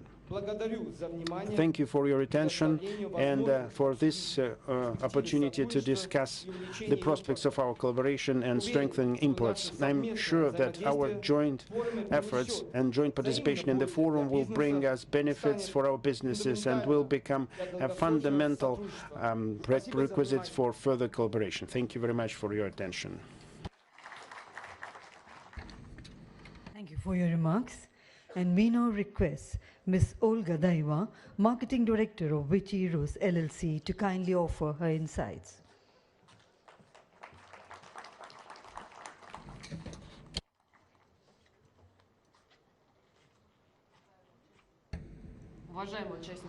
Dear delegates, good afternoon. My name is Olga. I represent Vichy Rus company, the biggest in Russia and in Europe producer of fish and shrimp products. We have a facility in Soviet's Kaliningrad region, and on the annual basis we produce 88,000 tons, around 1.4 SKUs. We are one of the top delivery companies of shrimps, and we develop the brand Vichy #1 among seafood brands in the Russian Federation. And I'd like to briefly share with you the developments in the shrimp market and prawn market in the Russian Federation, and what kind of prospects we see to strengthen our relations with distinguished partners from India. According to the customs statistics, in 2024, the import of shrimps to Russia grew by 30% versus 2021. And in the natural terms, it grew from 88 to 115,000 tons. At the same time, the import structure, one-third grew by the warm Vaname shrimp from 61 to 69%. In the absolute figures, from 54 to 103,000 tons. First and foremost, it is conditioned by the drop of imports of Pandaus borealis shrimp, on the background of its shrinking in the global outputs. As a result, the prices grew and the affordability dropped for the Russian consumers. Vaname shrimp, on the contrary, demonstrates annual growth, and in the recent 3 years have become the most popular and affordable type of shrimp in Russia. For now, India is the biggest supplier of headless and shelled shrimp, holding the leading positions in this commodity group. The import of such product from India in 2024 amounted to 23,000 tons, which is 35% higher than in 2021. We should also stress that more than 50% of the whole volume of imports is non-shelled Vaname shrimp with heads for further boiling, and the biggest supplier of this type of shrimp is Ecuador. For our partners from India, we see prospects to increase the exports of these shrimps with heads, taking into account the growing demand for these products and positive market dynamics. As already mentioned previously, Vichy Rus is the biggest company in Russia for processing and packaging of shrimps, and our mission is to provide high-quality products on the market on a fair price. One of our strategic tasks of ours is to stimulate fish products and seafood consumption in Russia as a very precious protein source. We work with different opinion leaders from different generations. We invest in advertising companies to promote this. The main important factors of ours are continuous work on the development of our range according to the demands and needs and market trends. And on the forefront, we always put and we always have the quality of our products. It all makes our product really demanded, and on our estimates, shrimp sales in Russian retails grow annually more than 10%, and this is our great contribution. In HoReCa, the growth is around 12% year on year.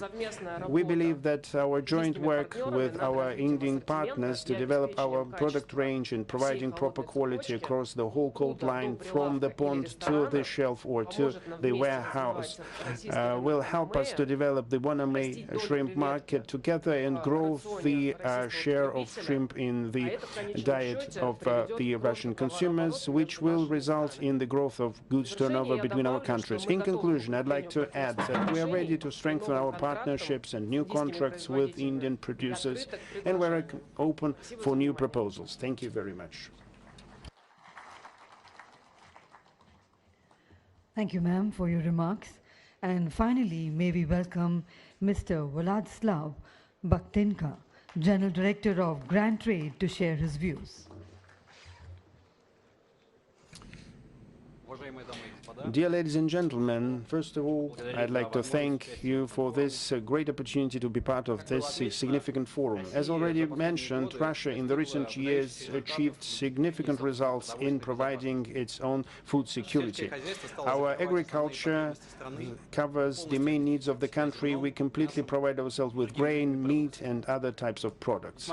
Despite the achieved results in providing food security, still we have some objective factors related to climate and seasonality of Russian production process. In a number of categories, from exotic fruit species and some vegetables and deep-fried frozen products, it's not possible to provide year-round shelf availability due to internal production. And this is a normal situation. Even the most developed agrarian countries replenish their production with imports. Our company, Grand Trade, is one of the leading importers of food products in Russia, and we consider import not as an alternative, but as a very important logical continuation of our internal production system. We provide consumers with high quality and stable assortment all the year round, specifically in categories where we have seasonal limitations. Owing to our close collaboration with state bodies and fixed logistics routes and support from proven international partners, we not only deliver goods, we embed input in the architecture of the agricultural and food sustainability of our country. It allows us to flexibly react to demand, keep stable supply, and have high trust from our customers. We pressure the proactive role of the state in balancing the market, and we really want in the future to continue this systematic work, specifically for the perishable goods. Green corridors is something that could significantly improve the efficiency of horticultural products from abroad. It's about the maximum and the speedy control and the customs formalities for the high priority categories. If, for instance, a refrigerator container with the grapes, mango, or other perishable goods from India would pass all controlling procedure in a minimum time and reach the shelf, it will benefit to everybody. The less the container is open and stood idle on the route, the higher the quality of the product in the point of sale, specifically for temperature-dependent goods. We, from our side, put a special focus on fulfilling all the quality demands and transparency at each stage. So we urge competent bodies of both countries to organize special regimes for such value chains. And this is a specific and concrete step that could significantly improve the global and the mutual trade.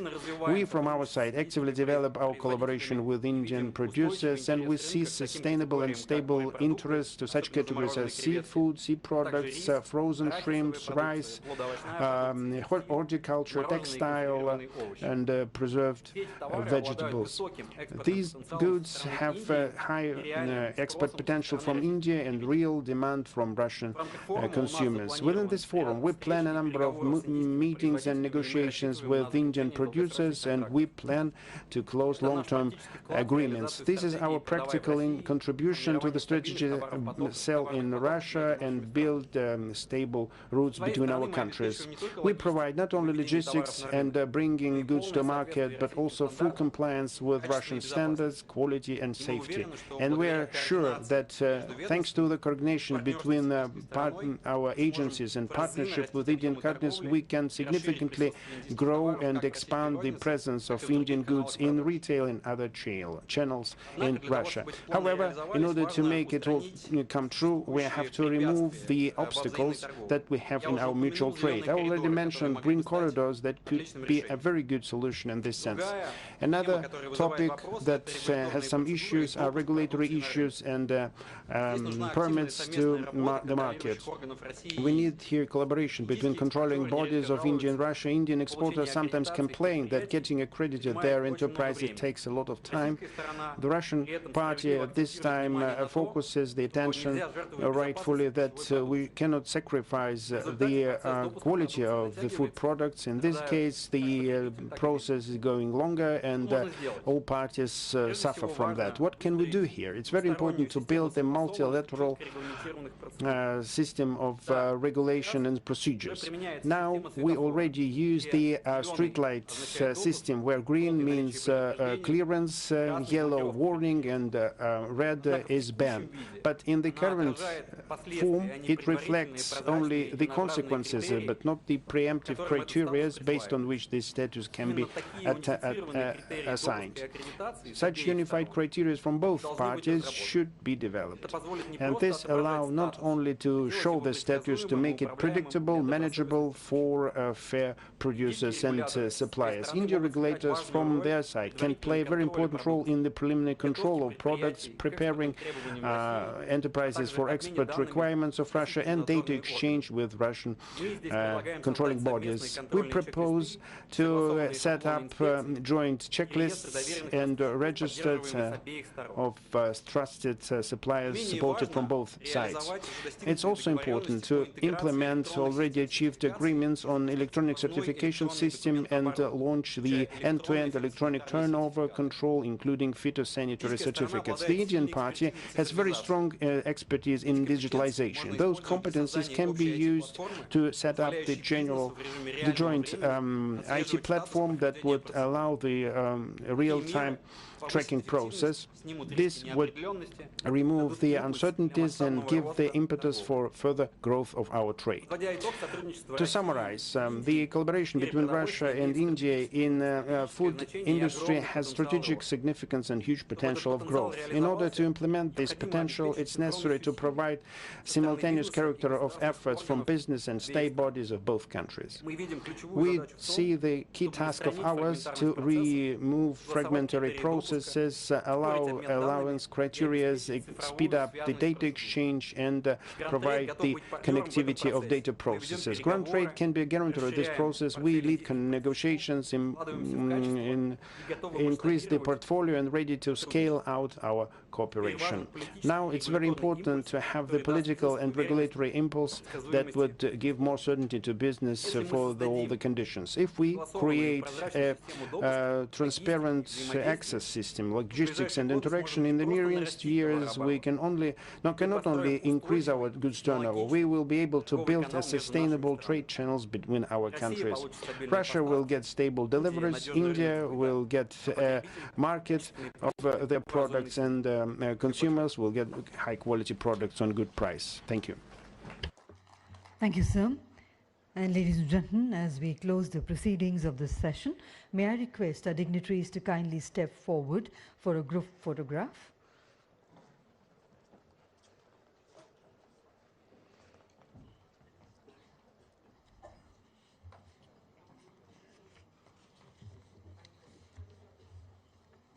Thank you very much indeed to honorable ministers and distinguished dignitaries for gracing this occasion. Thank you, sir. Thank you, ma'am. And ladies and gentlemen, kindly remain seated as we straightaway move into the proceedings of the next session, which is on Indian-Russian cooperation in pharmaceuticals and healthcare. Just give us a moment to arrange the top table for the next session.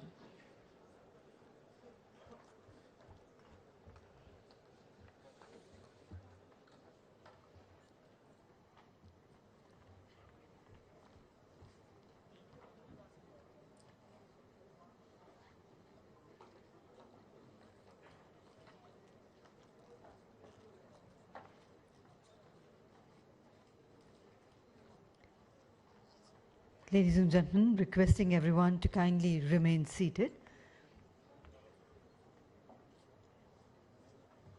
In few seconds from now, we will go ahead with the proceedings.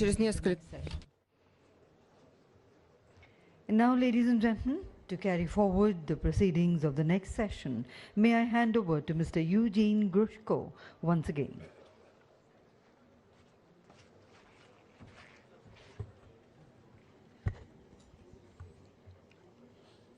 Good afternoon once again, dear delegates. We continue our sessions.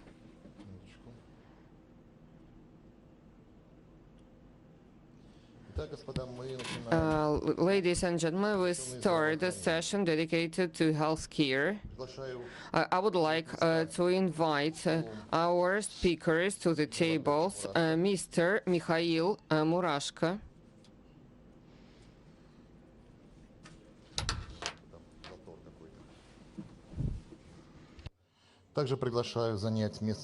Also would like to invite to take his seat Mr. Amit Agrawal. Виктор Александрович Дмитриев приглашается. Mr. Viktor Dmitriev. Василий Геннадьевич Игнатьев. Vasily Ignatiev. И господин Сатя Кармпунья. And Mr. Sati Kampunia. Прошу вас, господа, занимайте места. Dear gentlemen, please take your seats.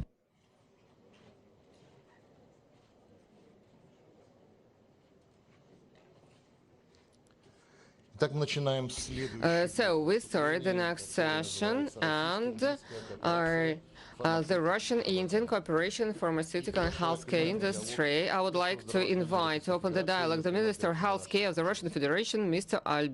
Mikhail Murashko.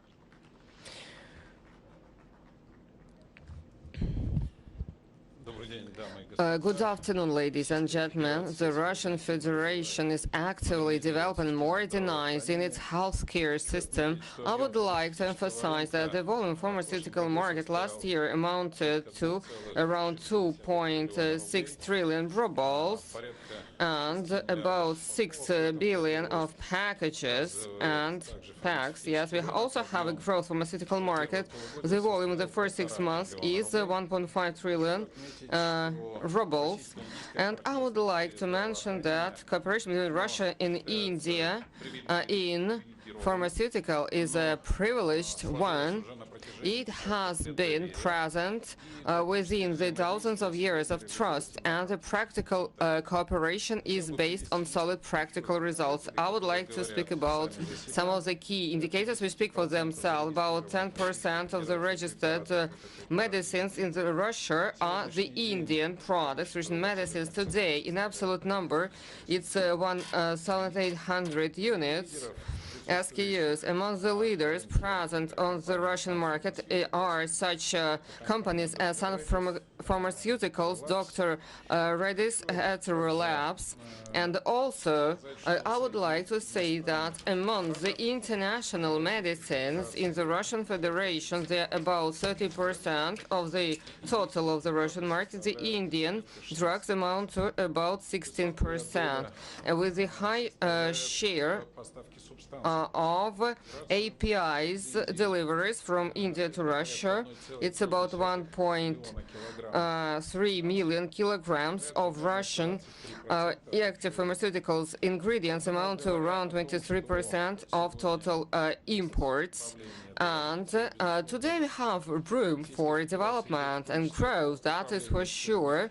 And also we manage the price, and also we manage the healthcare services. It brings the new opportunities. Each citizen of the Russian Federation has a policy of obligatory medical insurance and access to free medical services, to free health care. And also, as for the Russian citizens, also we see the increase in medical tourists, and also the financial funds which come from international medical tourism in Russia is plus 25%. And there is a huge growth for treatment of severe disease, cancer, patient, cardiological, ophthalmological diseases, profile patient treatment in Russia. We see a growing number of presence of medical devices in Russia, growing presence, and also it is applicable to cardiological expendables and 283 medical devices from India, produced in India, and also there is a growth in production of medicines, medical devices in Russia.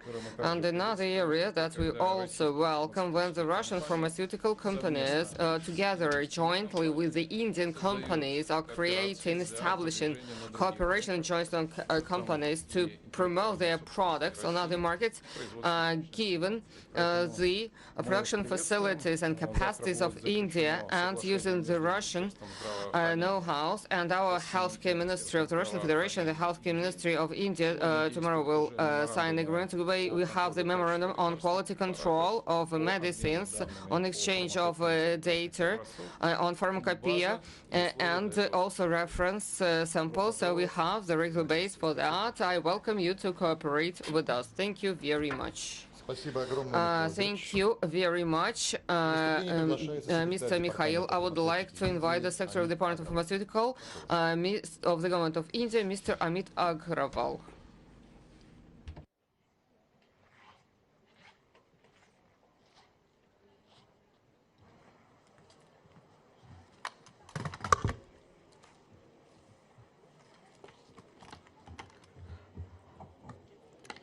Thank you for this opportunity, and thank you, Honorable Minister Mikhail Murashko, and distinguished leaders of the Russian delegation, captains of industry from both sides, ladies and gentlemen.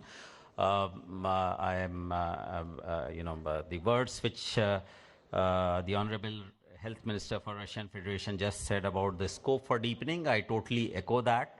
And while the numbers said were about 16% of the Russian market is India, the potential is certainly way higher.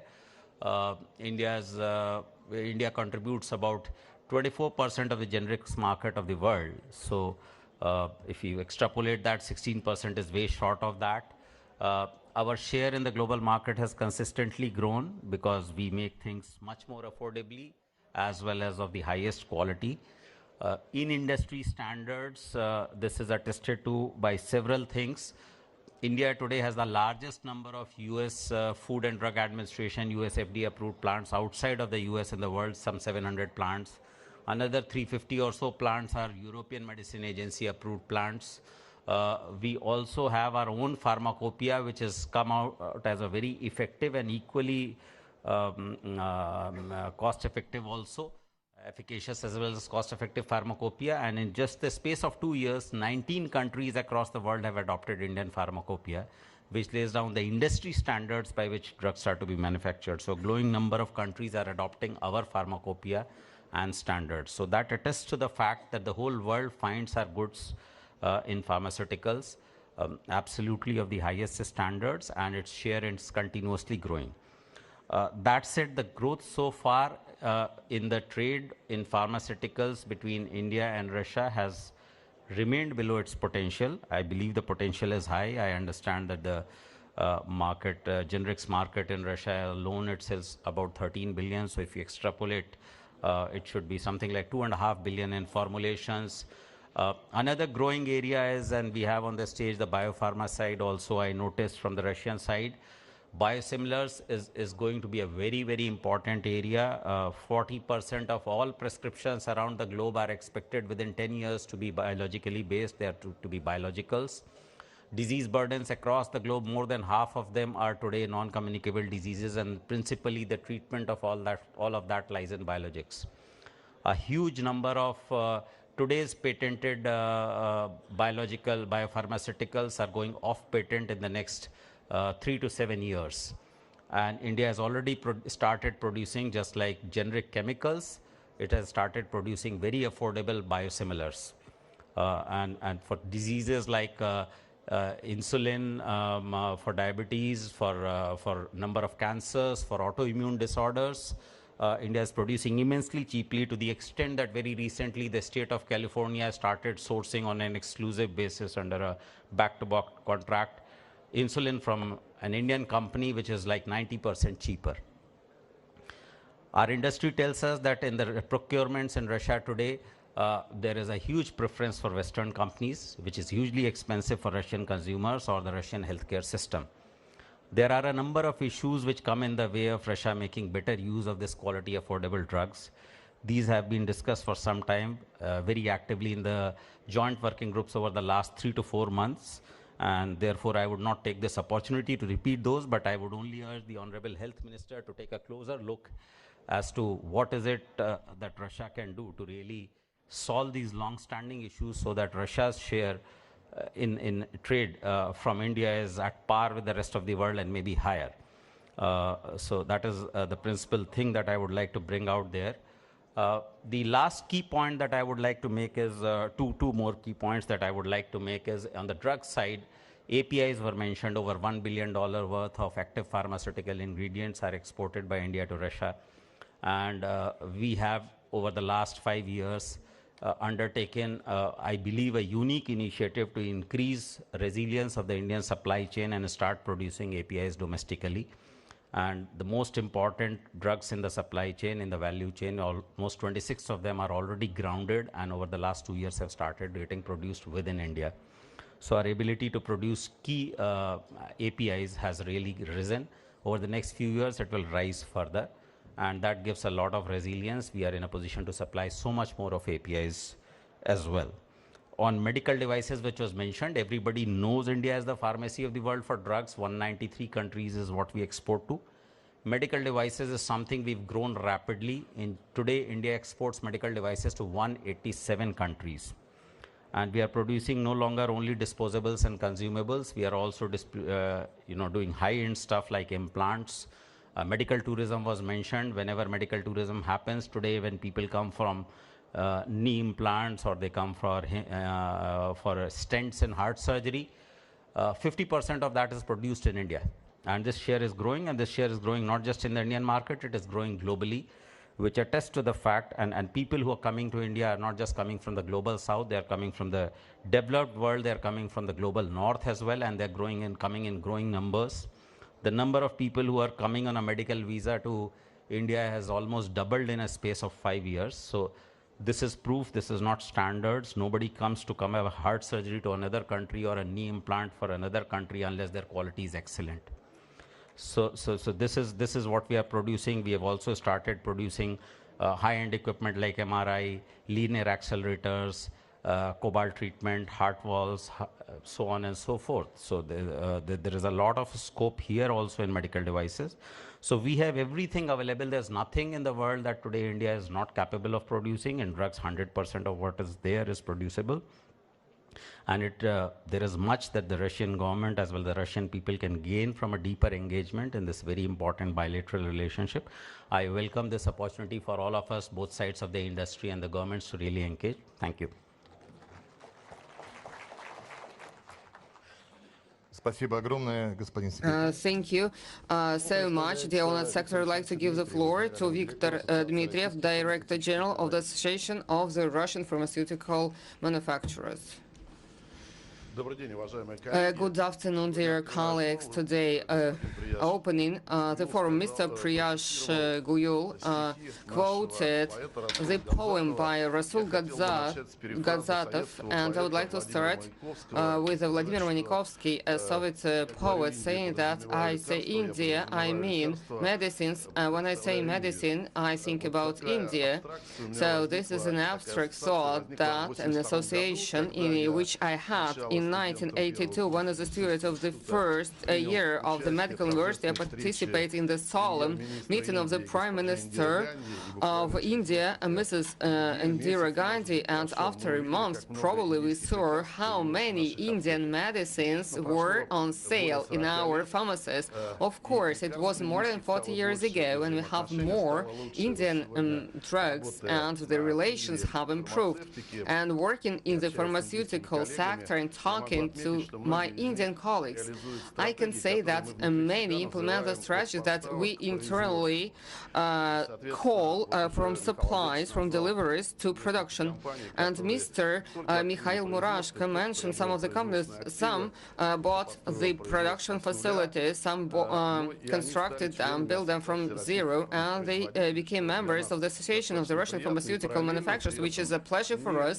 At the same time, they have created and they're implementing the new program, joint families, shared families in the pharmaceutical industry. I know we might be the main sector for joint Indian-Russian families, which proves that we are going into the right direction. Speaking about the forum and the goals that are set before us, the pharmaceutical industry of Russia is interested in the products from India in the first place for the APIs, the ingredients, the intermediates that we need, and chemicals for packaging and the packaging itself. It was mentioned at different platforms previously. We need and we are ready to participate in harmonization of the regulatory basis and the regulation so that we accelerate the product entry to the market without decreasing the safety and the quality of the products. Probably we could find such mechanism, and we are ready to do everything to accomplish that and not take a lot of your time. I know that there is an Indian saying that we cannot hold the time with the hands. That is absolutely correct, but using the opportunities that the time is providing, our opportunities and the potential, they're huge, and we are ready to do the tasks which are set for the Russian pharmaceutical industry and the Indian pharmaceutical industry. Thank you very much. Thank you very much, Victor.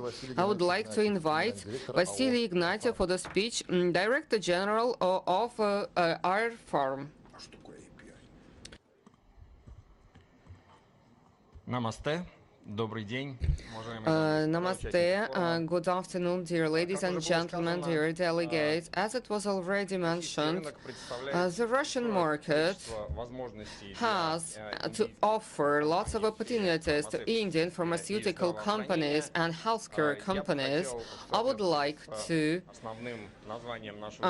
say the following, and which is related to the key name of our forum, speaking about the new opportunities. And historically, the Indian medicines on our market has been present for a long time, and they have a high share of the market. And Victor remembered his student years. Unfortunately, I was often sick when I was a kid, and at the beginning of the end of 70s, beginning of 80s, often I was taking Indian medicines, and this presence has persisted, and it has been amplified over the past dozens of years. Still, what are the news? What is happening on our market today? Due to the geopolitical situation, many companies of the so-called big pharma from the West, mostly, they introduce self-limitations on their actions on promotion of products on the Russian market. And, of course, this is the window of opportunities for manufacturers from other countries, including from India, in order to be more active in terms of marketing, promotion, and advertising on the Russian market for their products. The second block is about the state procurement segment, where the Russian Federation, well, the procurement is conducted primarily for hospital specialized medical care provision. So these are specialized medical drugs. Over the past 15 years, we have preference for the Russian products, which it might seem is limiting direct imports, but as we can see, and based on the example of our cooperation, this is an additional window of opportunity for Indian partners in part of supplies of intermediate ingredients, raw materials for pharmaceutical production of finished products, and also APIs, the active pharmaceutical ingredients. And also there is a more new trend, which is exports from India of the results of intellectual property property, patents, know-hows, technical regulations, and our company has a range of projects in biotechnological production in partnership with Indian companies, Dr. Reddy's Laboratories and Reliance Life Sciences. It is aimed at interacting and setting up production in Russia for ingredients based on mononuclear antibodies. And in conclusion, an additional opportunity for the development of the Russian pharmaceuticals industry is becoming imports from India of the production and lab equipment for pharmaceuticals and biotechnologies. This segment in Russia grows quickly, and the demand is growing for the equipment. The demand is very high, and we ask Indian producers to be more active and participate in cooperation projects in this sphere. Thank you very much for your attention. Thank you very much. And in conclusion of this important block, we invite Mr. Satya Karpunya, President of Rus Biopharm Group. Dear Excellencies, dear delegates, dear colleagues, good afternoon. I see that predominantly the audience here is English-speaking, our Indian colleagues, so I decided to speak English. As our Honorable Health Minister, Mr. Mikhail just said, how much India is involved in pharmaceutical market of Russia. I would like to add my comments on the same from business perspective. Our President, Mr. Putin, has set a target of year 2030 by which Russia should become totally self-reliant in pharmaceutical manufacturing. And in this process, there are a lot of opportunities that have come up in Russia because the market is growing very rapidly.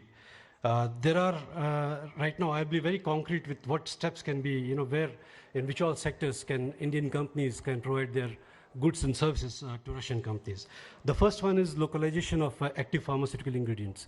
Now, the Russian government has very clearly given a benefit to companies who are making APIs locally in Russia, in government tenders. Now, making APIs is just not, doing an N-1. It is, the government is demanding deeper synthesis, deeper chemical reactions. So that makes the task a little complicated. We in Russia are quite already masters of making drug formulations, drug products, but in API we are just catching up.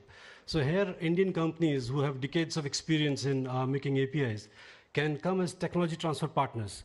Plus they can sign long-term agreements of supplying of raw materials that are required for API. So that could be a win-win situation. Then the other sector is biosimilars. My colleague just mentioned it.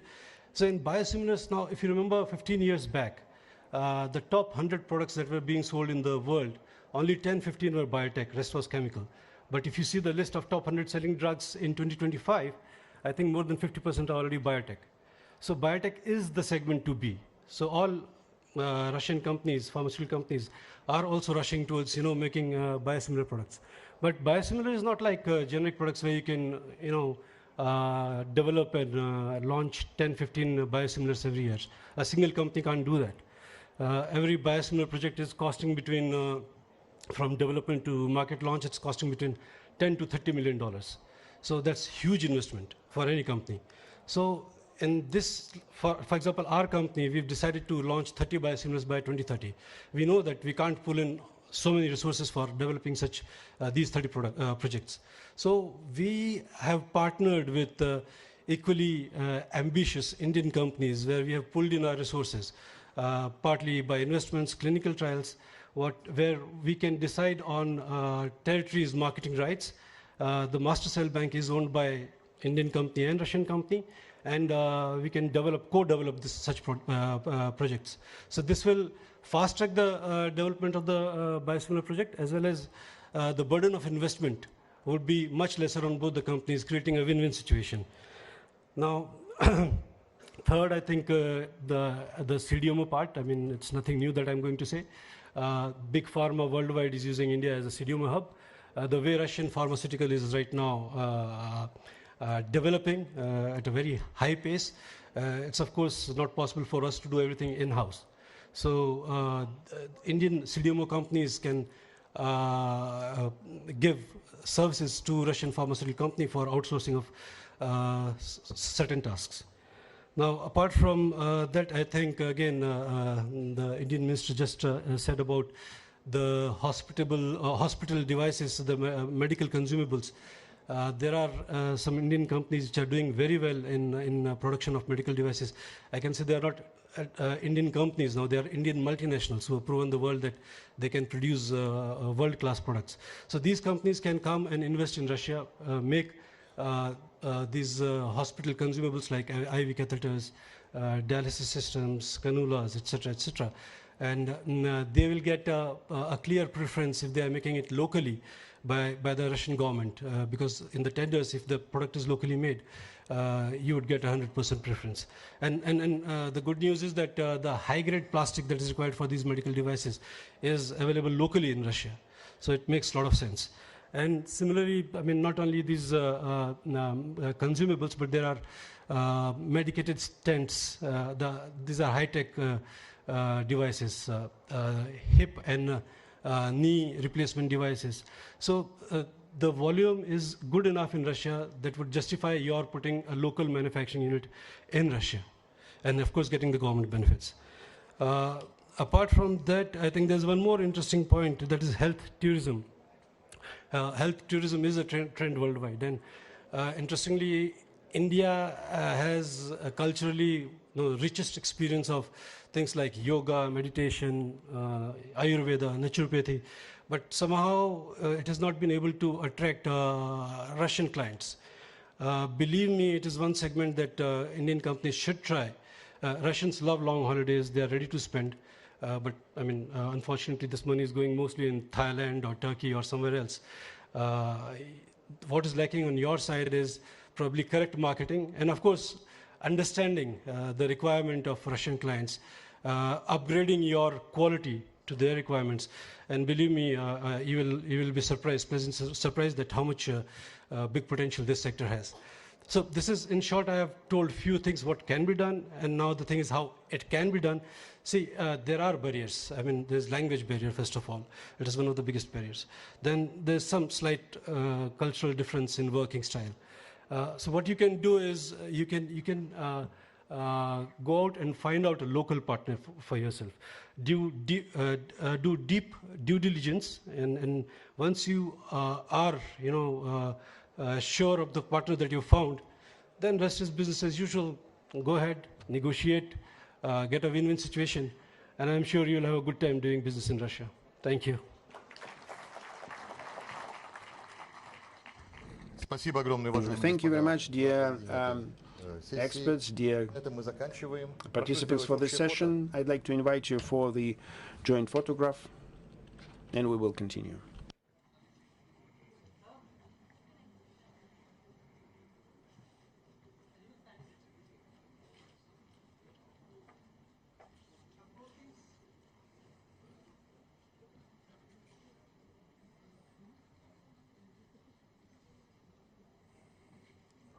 Благодарю вас, господа. Прошу занимать ваши места в зале. Thank you, dear participants. Let's make a short break and we will continue our session.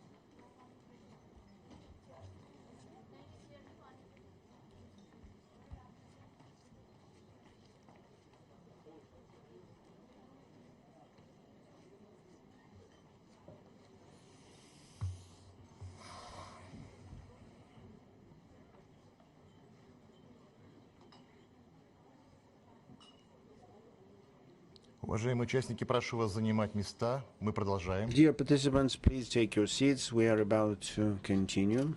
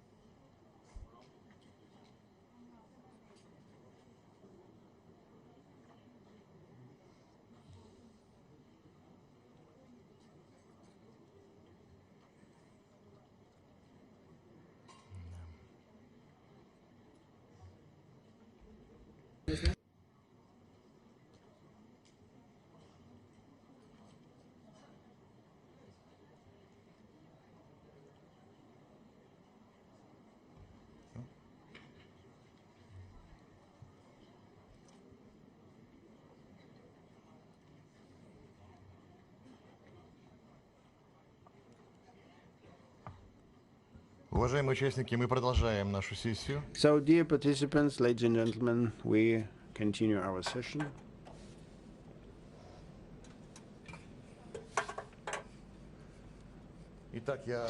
So, I invite distinguished Satna Gupta to continue moderating the next session. Thank you. Ladies and gentlemen, requesting everyone to kindly be seated. We are now ready to go ahead with the proceedings of the next session. Everyone to kindly be seated, please. And now, ladies and gentlemen, for the session on India and Russia, a digital partnership for the future, may I invite on stage Mr. Maksud Shadaev, Minister of Digital Development, Communications and Mass Media of the Russian Federation. Let's put our hands together to welcome Mr. Maksud Shadaev. Warm welcome, sir. I invite Mr. S. Krishnan, Secretary, Ministry of Electronics and IT, Government of India. And also inviting distinguished Russian speakers, Mr. Oleg Goyal, Managing Director for International Business Development, Cyprus. I invite Mr. Viktor Ivanovsky, Director of International Business Development, Positive Technologies.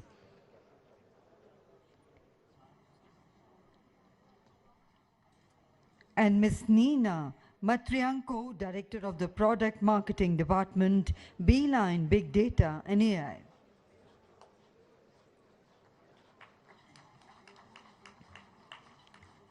Ladies and gentlemen, we now move to the next segment, which is a forward-looking dialogue on India and Russia digital synergy, where innovation meets strategic collaboration for a tech-powered future. And we now begin the session with the keynote address by a distinguished leader at the forefront of Russia's digital transformation and technological advancements. It is now my honor to invite Mr. Maksud Shadaev, Minister of Digital Development, Communications and Mass Media of the Russian Federation, to kindly deliver his speech.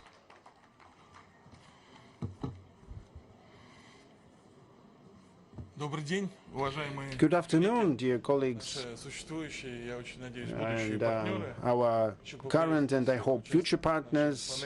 I'd like to thank all the participants of our panel session. I believe that the discussion of our potential partnership and cooperation in the area of information technologies is a very relevant topic and very up-to-date topic. As you know, in 2022, all leading Western vendors left the Russian market, and in terms of the digitalization speed of state structures and other entities reached our maximum. The costs and expenses for information technologies in our country in the recent 5-6 years are growing on average for more than 20% annually, and we now have opened a big niche for new big projects. We attentively following the developments of IT industry in India. We analyze the efficiency of acting state programs of the industry support.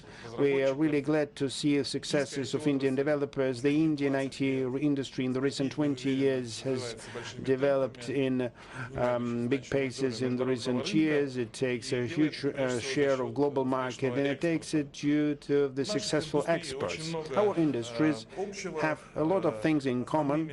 The main drivers of IT industry's development in Russia and in India was at the first stage their outsourcing software development, working in the fintech market. Later we started to develop our cloud-based and cross-platform services, and we see that India is going beyond. It goes far beyond those borders, and in the country we see massive production of electronic components and equipment for computers. India is the second country in the world in smartphone production, and I believe this is a very important result that the country demonstrated in the recent time. In my address, I'd like to formulate the main opportunities for the development of cooperation of our technological companies. India has many things to deliver to Russia. What we need, we segregate 5 big blocks that I will mention a little bit later. We know that India, under the state support within PLI system, actively developed their own production of telecommunication equipment, and first and foremost basic station 4G and 5G. At the same time, they reached a high level of localization. They successfully solved the problem of dependence from Chinese producers. We also built our in-house production. We started to do it much later, and we developed our own projects and in the area of telecom. And today we have a not covered deficit around 200 to 150,000 basic stations by the end of 2030. And with pleasure we'd like to discuss opportunities how to invite Indian producers and manufacturers of Indian stations to the Russian market. Although we know that in India there are developments at open standards, Open RAN, which makes it possible to set up cooperation with our producers. Secondly, we see that today big factories, big electronic factories are built in Gujarat in production of multi-layered board slabs, solar panels, and many of them are commissioned. The new facilities are commissioned, and we're ready to place our orders for manufacturing of different equipment. And colleagues already mentioned high speeds of development of marketplaces. We have a huge demand for building and commissioning dozens of thousands unmanned platforms for goods deliveries across the whole territory. You know, our territory is huge. We have huge demand for robotized warehousing platforms, and for sure we can have common points there for our cooperation. Third, Russia has big plans to develop and create new satellite constellations for broadcasting, distance sounding, navigation, telecommunications. We actively develop new space ships for our orbital and high orbital geostationary constellations. We start also actively design and develop them. And we know Bangalore has a big production cluster that was created and specialized on production of separate components for satellites. So we know that around that there are a big private industry of satellite production, and for sure we are ready to interact there. Размещать заказы на этой базе. Прежде всего это касается дистанционного зондирования. В-четвертых, пока мы строим собственную группировку новую, мы готовы обсуждать массовую закупку спутниковых снимков. Значит, мы знаем, что у Индии есть группировка аппаратов с высоким, сверхвысоким разрешением Картосат. Картосат-3 это, я считаю, технологический шедевр, когда Индия показала всему миру, что можно делать разрешение, которого нет ни у кого, 25 сантиметров. Нам очень нужны эти данные, в том числе для управления пространственным развитием, мониторинга развития сельского хозяйства, отслеживания лесных пожаров, крупных инцидентов, чрезвычайных ситуаций. Мы готовы покупать сырые данные или готовы совместно развивать платформы для их анализа, в том числе с использованием технологий искусственного интеллекта. Ну и, наконец, пятое, последнее, но не по значимости направление. В Индии и в России активно развиваются собственные большие языковые модели. Очень много мы инвестируем сейчас в это направление, в создание новых решений в сфере искусственного интеллекта. Но нам в России в моменте не всегда хватает специализированной вычислительной инфраструктуры для того, чтобы проводить обучение наших моделей и закрыть все наши потребности. Мы не успеваем наращивать эти мощности, поэтому мы готовы с удовольствием размещать заказы на долгосрочной основе. Наши крупные компании, мы обсуждали с ними, в том числе на основе форвардных контрактов, обучать большие языковые модели на инфраструктуре, которая, возможно, под эти заказы будет формироваться специализированно в Индии. Мы считаем, что это очень важное направление.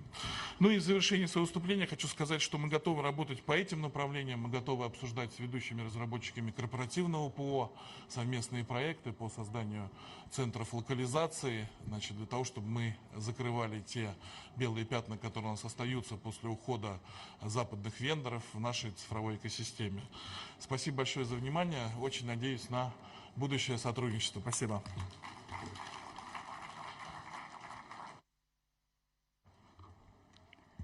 Thank you very much indeed, sir, for your insightful and forward-looking remarks.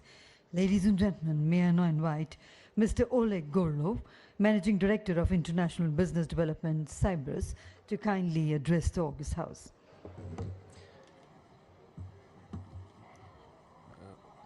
Уважаемый Максим Станиславович, His Excellency Mr. Piyush Goyal, уважаемый Максут Игоревич, как вы отметили, индийская IT-индустрия достигла впечатляющих успехов. То же самое можно сказать и про индийскую отрасль кибербезопасности, которая демонстрирует в последние годы активный рост, растет позиция Индии в мировых рейтингах, растет объем рынка кибербезопасности, появляются новые компании с мировыми именами. При этом растет и запрос на квалифицированные кадры.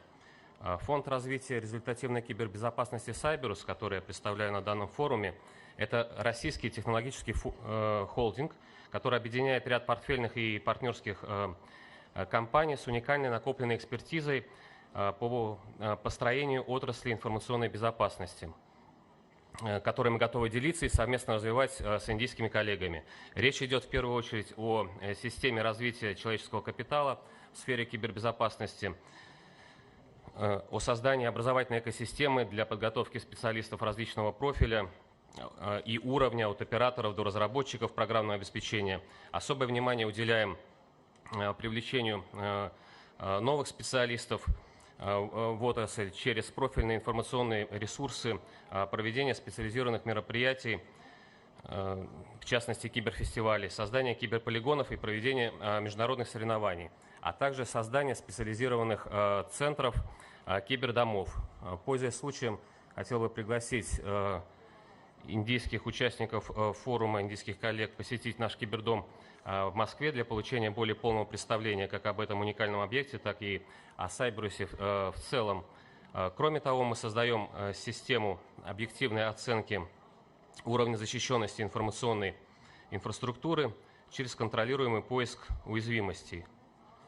Предлагаем их устранение и таким образом предотвращаем реальные хакерские атаки. По обозначенным направлениям мы предлагаем сотрудничество потенциальным индийским партнерам для построения результативной кибербезопасности, а именно готовы совместно развивать человеческий потенциал, привлекать высококвалифицированные индийские кадры для проектной работы, для измерения киберустойчивости, а также готовы через входящих в наш контур дистрибьюторов и интеграторов импортировать и внедрять передовые индийские решения на российском рынке для обеспечения эффективной защиты. Такой спектр сотрудничества, несомненно, будет способствовать развитию данной отрасли двух стран. Мы готовы взаимодействовать как с частными, так и с государственными индийскими структурами. И, надеюсь, на данном форуме мы сможем наладить диалог с новыми потенциальными партнерами. Кстати, Некоторые наши партнерские компании уже представлены в Индии, но об этом подробнее прокомментирует мой коллега Виктор Ивановский. Спасибо за внимание. Дневат.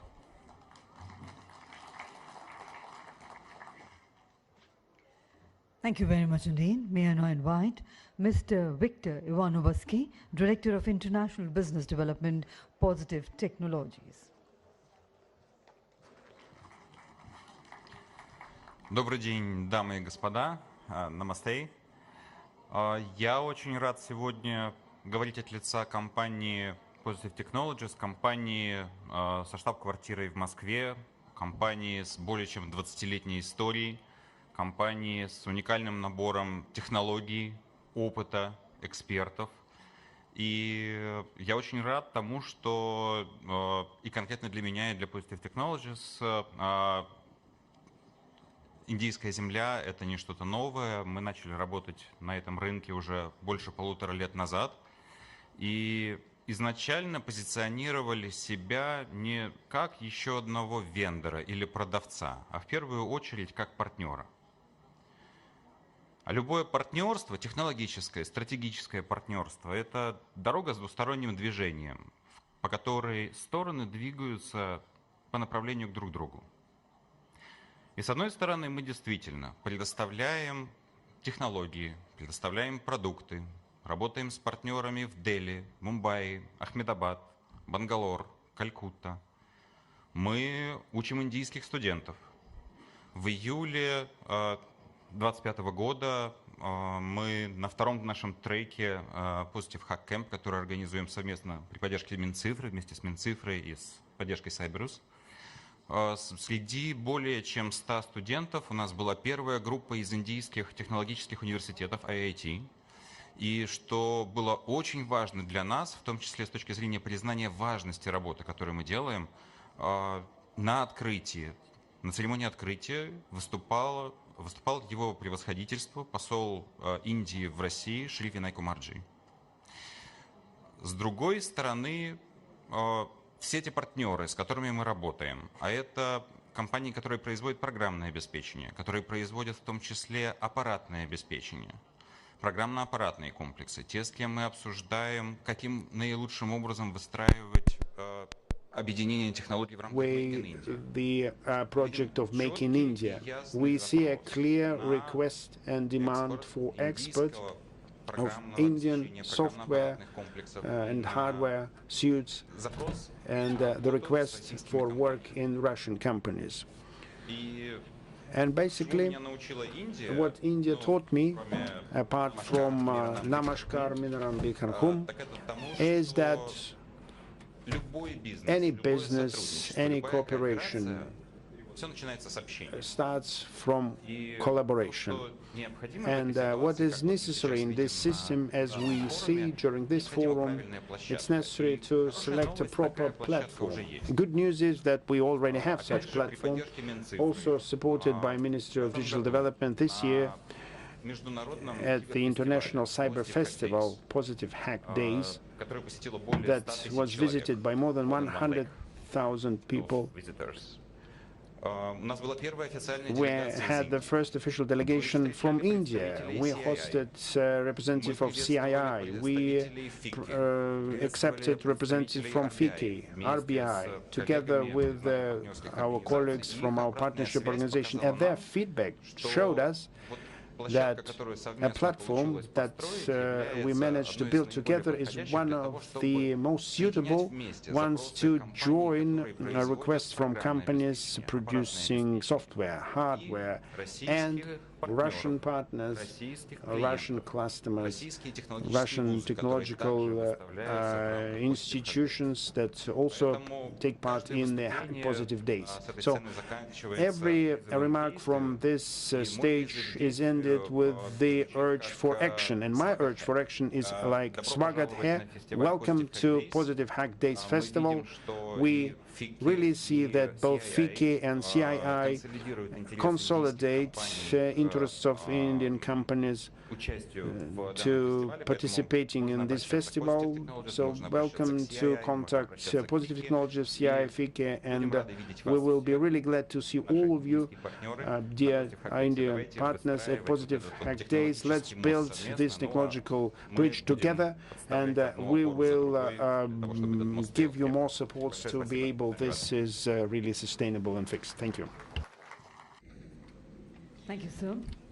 And we now invite Ms. Nina Matrianko, Director of the Product Marketing Department, Beeline Big Data and AI, to kindly share her comments and insights on digital innovation and data-driven collaboration. Let's welcome ma'am.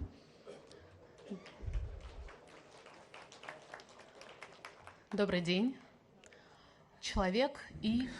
Good afternoon, dear friends. Technologies and humans, one cannot exist without the other, and many of you today mentioned the importance of human-one relations, because this is the foundation of the future partnership, in this case technological partners, that we would like to implement and build within our countries.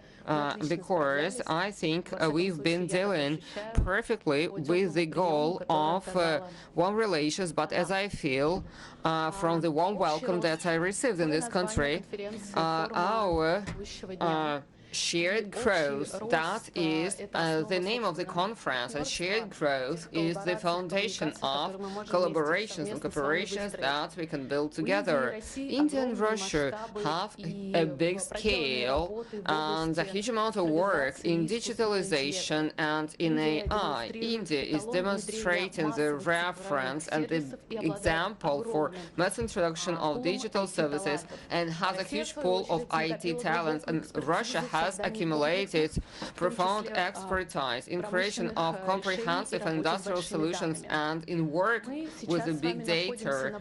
And also, we are at the age, and we almost shifted to the wide use of AI. So we have moved from experiments to the practical use, and the key area for us, I see, in development of introduction of technologies and AI agents. Based on our research in Russia, over 60 big companies are interested in introduction of AI agents to solve routine tasks and many other tasks. Business is really waiting and badly needs the highly specialized digital employees and agents able to work with internal companies' data. As I've mentioned, this is the key area for development of our cooperation, as we see, and Russia has lots of project solutions and developments which are already implemented to improve the quality of service and sales. And more importantly, we already can see the effect in real projects that will make it easier and quicker to implement and jointly these projects by both countries, because the companies already understand the value from AI technologies and agents in particular. India has an experience of integration, close integration, and can offer the methods and solutions and profound deep in expertise given the whole technologies and technological effects in many industries, in agriculture and fintech and in education and many others, where India is demonstrating the innovative approach to digitalization. On top of that, as Mr. Maksud also mentioned, we want to speak about basic stations and telecom equipment, and one of the practical solutions will be the creation of the joint center to develop and also to implement the AI and digital practices exchange in terms of AI. Our cooperation, to my mind, should be aimed at creation of long-term technological alliances, from joint development and agents and multi-platform systems to a creation of of the cities, of controlling and management, administration of smart cities and infrastructure. And to finish, I would like to invite your country, and Beeline on the annual basis is holding the biggest awards, AI awards, where we reward the best practice from organizations within their projects and developments in AI sector. In 2026, we plan to hold this award as the main award in these three, which has international character in terms of standards in AI. And if your team would like to, we'll be happy to invite you so that we could learn the best practice that you could share with us within AI awards. Thank you. Thank you. And ladies and gentlemen, we now turn to hear from a distinguished leader at the forefront of India's digital transformation and technology governance. May I now invite Shri S. Krishnan, Secretary, Ministry of Electronics and Information Technology, Government of India, to kindly share his views with us. Let's put our hands together to welcome sir.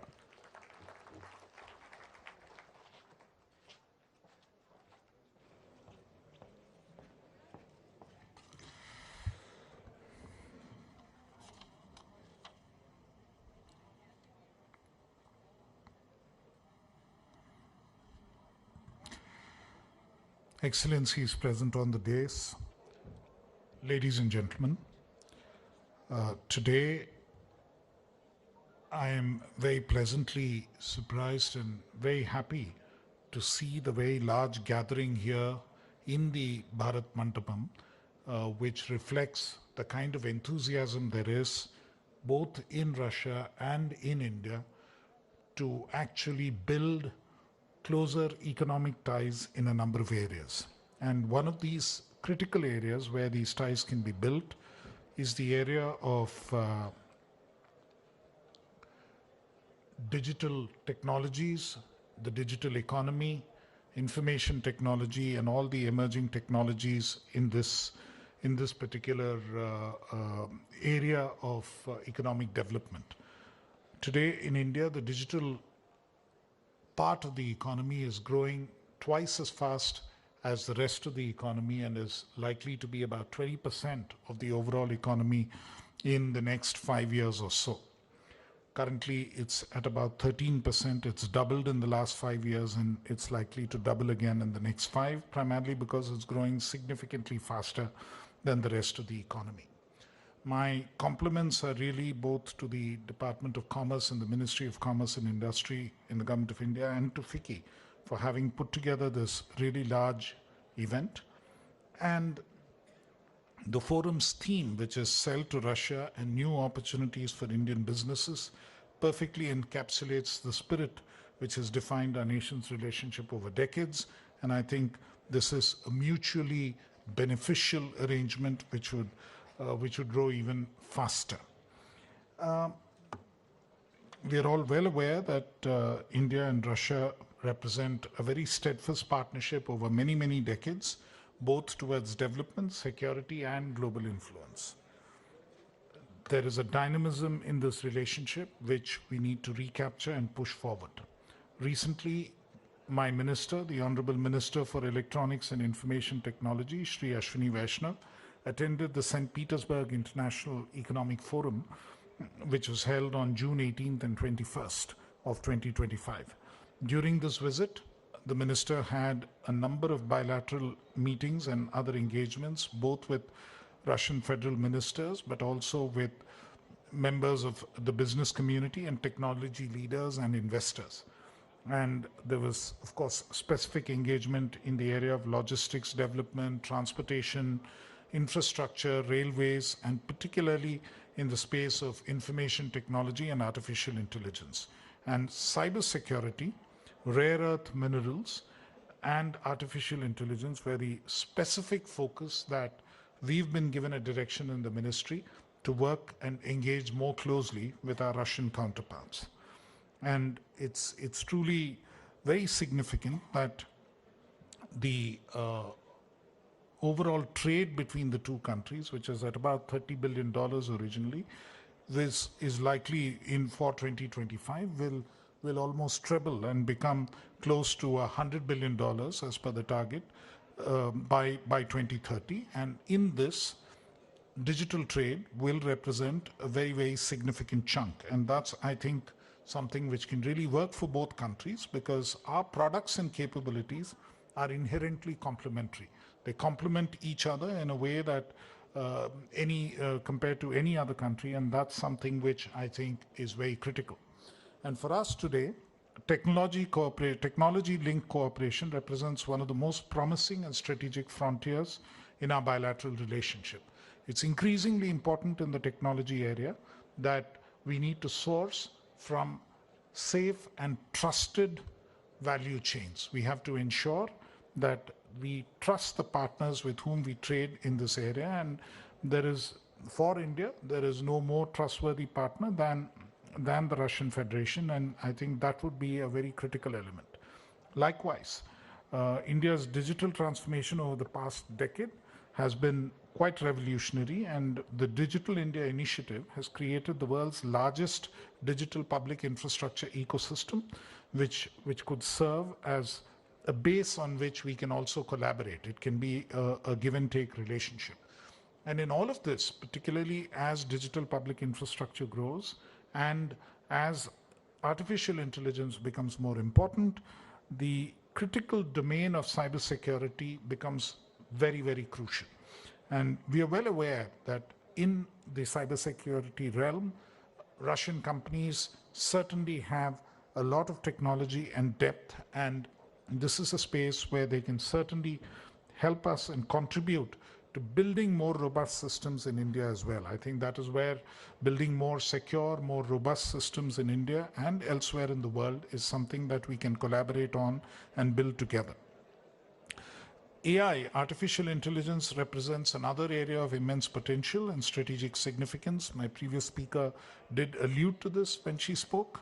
And India's AI mission and Russia's national AI strategy share certain common objectives of harnessing AI for societal and economic benefit and ensuring that there are appropriate ethical safeguards. I think that's a crucial commonality that we have.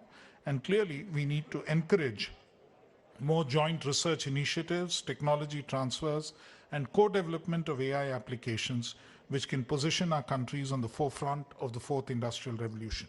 And this is clearly also an area where startups from both countries can collaborate more closely. Likewise, in the rare earth mineral sector, special attention is required as part of the partnership dialogue. As the world transitions towards clean energy and advanced electronics, the demand for rare earth elements critical for electronics, renewable energy systems, and defense applications will grow exponentially. Russia's abundant reserves, combined with India's manufacturing capabilities and growing technological prowess, create perfect synergies for collaboration, and I think this would be something which we can work on in a significant way together. And in all of this technology space, I think we are rapidly building our technology base and also presence in advanced technology areas. Specifically, semiconductors, electronic manufacturing ecosystem has seen some huge developments in India in the last 5 to 6 years. Our Semicon India program, under which we are in the process of establishing the first major semiconductor facilities here in India, and these should come up by the end of this year or early 2026. We should be having significant fabrication facilities, also packaging units, and all of them functioning, which would take up a significant proportion of our own demand. And today in electronics manufacture, India is the second largest mobile phone manufacturer in the world. And we also have, incidentally, in chip design, 20% of the global workforce. And therefore, we have a fairly robust chip design industry, which is currently flourishing in the country. And that is something that we can work together to move forward. To the Russian businesses that are represented here today, I extend a warm invitation to explore emerging India, explore the emerging opportunities in India, and also look to see how you can collaborate with us to innovate together and ensure that there is dynamic growth on both sides. Our doors are open, our policies are very favorable, and our commitment to this partnership is unwavering. Together, let's create the kind of success stories that would benefit our economies and set new benchmarks for international cooperation. Thank you very much for your attention. Dhanyavad. Spasibo. Thank you. Thank you, sir. And as we close the proceedings of this session, may I request our dignitaries to kindly come together in the front for a group photograph.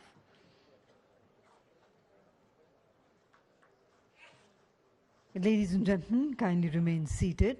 We now move straight away into our last session of this business forum.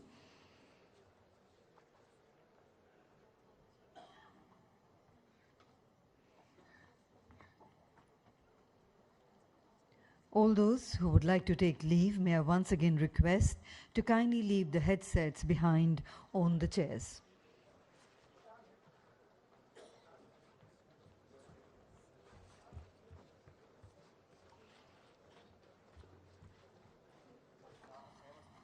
Kindly remain seated while we do up the top table for the next session.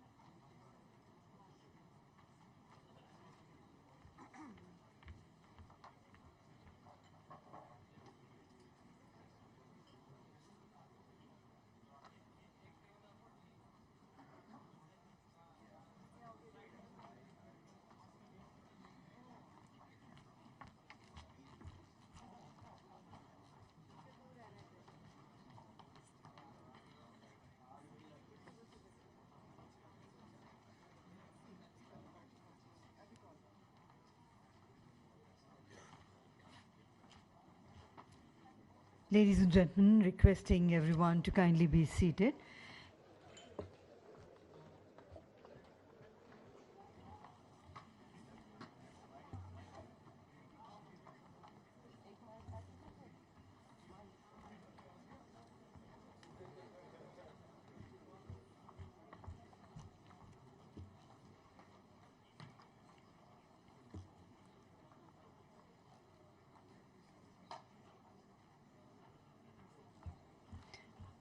And ladies and gentlemen, we are now all set to move ahead with the proceedings of our concluding session on New Horizon for Industrial Cooperations. And may I invite on stage Mr. Alexei Grozdev, Deputy Minister of Industry and Trade of the Russian Federation. Let's put our hands together, ladies and gentlemen, to welcome Honorable Deputy Minister, sir. May I invite Ms. Neelam Shami Rao, Secretary, Ministry of Textiles, Government of India.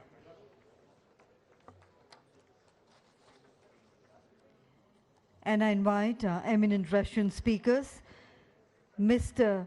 Renat Mistahov. He's General Director, AK Bars Shipbuilding Corporation. I invite Mr. Vikram Punia, President of the Pharmacintech Group. I invite Mr. Vadim Badiaka, he is the General Director of the United Aircraft Corporation. I invite Mr. Kirill Lipa, General Director of Transmesh Holding, and Mr. Sergei Gromak, Vice President for External Affairs and Shareholder Relations at AFTOVAZ.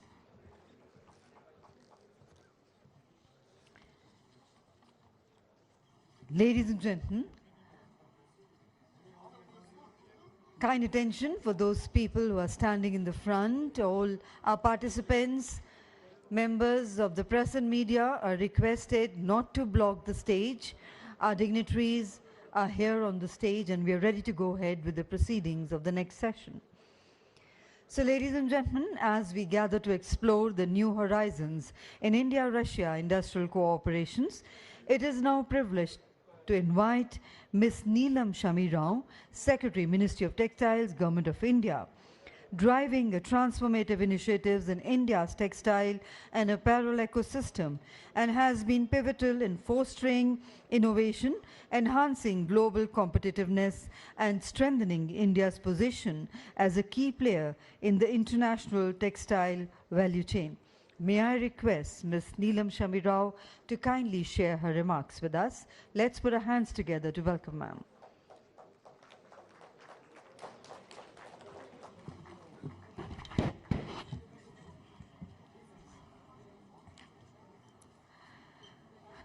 Distinguished delegates on the dais,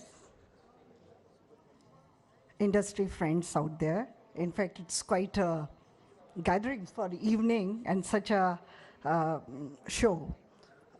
And I'm really grateful that India-Russia Business Forum has put this together, and particularly talking about the new horizons for industrial cooperation. And indeed, it's a privilege to address the distinguished gathering. And we are all devoted collectively to strengthen industrial cooperation between India and the Russian Federation, particularly for balanced trade, shared growth, and strategic session on the new horizons. And while we are talking about the clothes, it just reminds me, Chekhov once said that let's find beauty in everything, including those in clothes. And textiles, as a Secretary, Government of India for Textiles, I find it opportune to also see that how the textile trade between the two countries is growing. The Russian Federation, a time-tested friend of India, today represents a market, a large market of strategic opportunity, including those in textiles, with textile and apparel imports valued at more than 13 billion in 2024. It is one of the most significant consumers. Our exports to Russia have been growing, particularly those in the apparel segment, and it has shown almost 150% growth, clearly demonstrating the increasing preferences of Russian consumers for Indian products. But if we really see the entire spectrum, then we are not even 2 to 3% of your entire consumption. So those are the strategic areas. The structure of your imports is largely that of cotton apparel at 50%, MMF apparel almost 1/3, and it aligns seamlessly with India's capabilities across the value chain, be it cotton, MMF, fabrics, made-ups, home textiles, carpets, and technical textiles. This convergence of the needs of the two and the capabilities of each other creates an unprecedented window of opportunity for both the sides. On the Indian textile side, and our industry is one of the world's most reliable and resilient supply partner. We are today a large industry of 180 billion US dollars. We are aspiring to almost double it in the next 5 years. Our exports today at 40 billion US dollar, we are aspiring to make it 100. We serve almost 200 destinations with 4 to 5% global share. We are the largest producers in many things and the second largest in the natural fibers, be it cotton, jute, or the silk. We also have one of the largest producing capabilities in MMF, only second to China. We are home to 45 million workers, and that's our strength.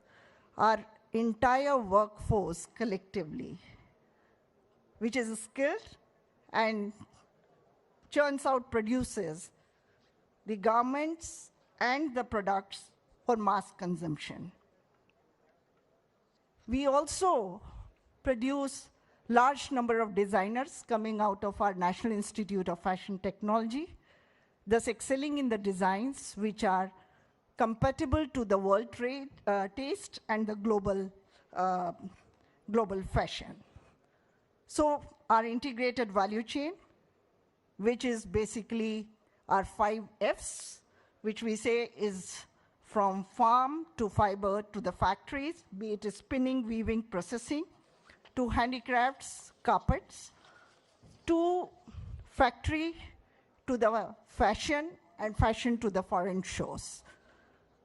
We are cost efficient, high quality, we have uninterrupted supplies, but we also are looking at sustainability in a big way. So our recycling industries are extremely, extremely competitive and very ethical in the way they try to reproduce or reuse or repurpose the used products. I recall about 8 months ago, we had Vertex. That's our largest fair, and it had an overwhelming global response. We had 154 countries being represented there. There was a participation, large one. And one of our largest participation, and it's a very happy thing to share, was from Russia. We had almost 204 buyers from the Russian Federation alone. We had large discussions with you all and your industries and your buyers, particularly in the field of technical textiles. That is one of the key areas where we are working a lot and where we are growing at the faster rate than any of the other areas. Our next edition of Vertex will be in July next year. And I take this opportunity again to warmly invite the Russian delegation to participate in Vertex and experience our dynamic and rapidly evolving textile ecosystem. I also welcome the Russian companies to invest in India's future-ready ecosystem, anchored by our PM Mitra parks. These are our especially textile-oriented and apparel-oriented parks. And our production-linked incentive scheme, which supports the new investments and are basically looking at the capabilities in MMF, where you already have large capabilities, so it works to each other's mutual benefit. There are other several high potential areas where collaborations can accelerate. Co-creation of advanced material and technical textiles, considering that you have strong competencies and capabilities in the technical textiles, particularly the glass fibers and other high-tech products, and the products of strategic needs. And largely, your polymers, advanced fibers, composites, and aerospace materials to develop defense textiles, high-performance nonwovens, geotextiles, filtration and medical textiles, and fibers for automotive, aviation, and space. The joint research and development, testing and design centers, bringing together Indian and Russian institutions to collaborate on new fibers, sustainable materials, next generation blends, and product innovation tailored for each other's markets. We are also keen to learn from you and synergize your efforts for the integrated value chain, particularly in synthetics and India's spinning, weaving, and apparel clusters to build durable, diversified, and competitive supply chain for global markets. The retail and e-commerce partnerships also is something which, and you heard the earlier group talking about the AI, talking about the digital penetration and the strength of India in that. Our domestic market is very rapidly shifting towards the digital markets, and with that strength, we think there is a capability in India to also explore the partnerships with Russia on e-commerce, and retail. In conclusion, as I said, we are a stable supplier, having the entire value chain from farm to fiber to factory to fashion to the export capacities.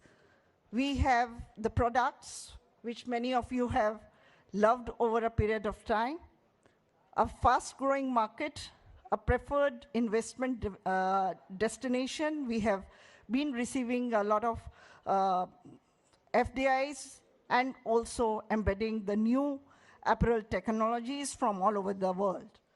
So with strong complementarity of yours, particularly in technical textiles, the rising demand of strategic material and a supportive policy environment, it's a perfect moment to be looking at the newer businesses. And I think India and Russia collectively can do very, very well. 2% partnership can actually be grown many-fold. And I think we should collectively work towards that and establish new horizons of industrial cooperation. Again, I take this opportunity to compliment the two countries and their shared repository of India-Russia Business Forum to have put this together and to see that we together clothe the entire world. So thank you all. Dhanyawad. Thank you very much indeed, ma'am, for that insightful address. And now, ladies and gentlemen, we come to an important address from a distinguished leader who has played a pivotal role in advancing the industrial cooperation and trade relations between India and the Russian Federation. It is now my honor to invite Ms. Alexei Gazdov, Deputy Minister of Industry and Trade of the Russian Federation, to kindly deliver his speech. Let's put our hands together, ladies and gentlemen, to welcome the Honorable Minister. Very good evening to everyone. I have no doubt that Russians speaking English in this auditorium do not sound as inspiring as Indians speaking Russian. But since we have been running this forum for almost 3.5 hours already, I believe I'll stick to English in order to at least save some time for translation. So getting back to industry and industrial goods, when we talk about imports, all in all, during the years, we import annually around 4.5 billion USD of industrial goods from India, which comprise around 80% of overall imports from India into Russia nowadays. Of course, the potential is very high, and today the cross-sectoral discussions outlined the priority sectors. According to my ministry, what we see, of course, one of the potential points of growth is chemical industry, which is divided into several parts. One is mineral fertilizers. When we go about industrial cooperation, not supplies to India, but potential for developing industrial cooperation in Russia, then it is pharmaceuticals, medical equipment, but there's been a separate session where you explored the opportunities of deliveries to Russia. We still have strong demand and see good potential in importing different ingredients for the drugs for pharmacies from India, and also special pharmaceutical substances.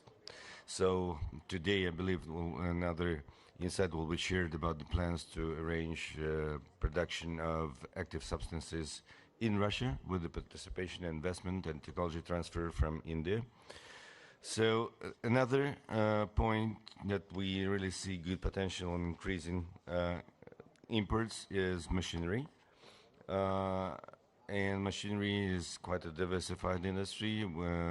To name one is, of course, the automobile industry, but we are ready to focus more on different types of auto components, because when we talk about automobile, passenger cars, we're quite sufficient in our producing capacity right away. So the main focus would be electronic components and other spare parts that we are ready for different types of partnerships. civil aviation and shipbuilding industries are another two that might provide a strong demand in different types of industrial goods, components, and industrial equipment. And finally is railway stock industry, and this is we see a two-way road of cooperation. We are here to provide our experience and technologies in terms of developing railway infrastructure in India, including the wagons and locomotives. And at the same time, we are ready to explore opportunities to integrate Indian producers into our value-added chain. So we strongly believe that this direction might be another point of growth in our bilateral cooperation. And textiles been mentioned already. I would not cover all the issues that have been raised, but another point is in raw materials for developing textile industry in Russia. And we still see demand from our producers for different types of polyester, polyamide fibers, and ready to talk to the captains of the business in Russia and to increase the imports and enrich co-production in Russia as well.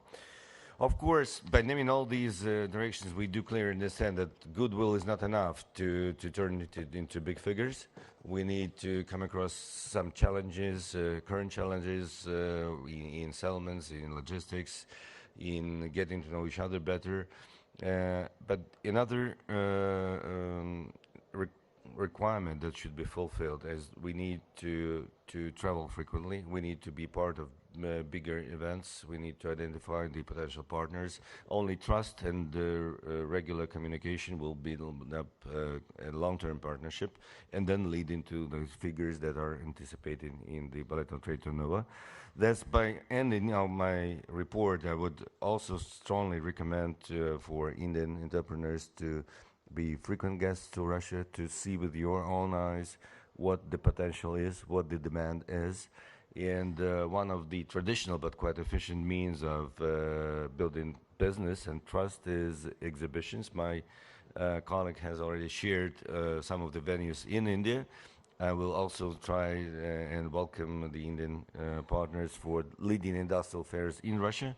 To name one is INAPROM, the leading comprehensive industrial fair that we arrange annually in the Urals in the city of Yekaterinburg. All the captains of the Russian business and even broader Eurasian Economic Union business gathered there. So it's a good opportunity for Indian entrepreneurs to show themselves and to build partnership. But we have many others in the digital sector, in the biotechnology sector.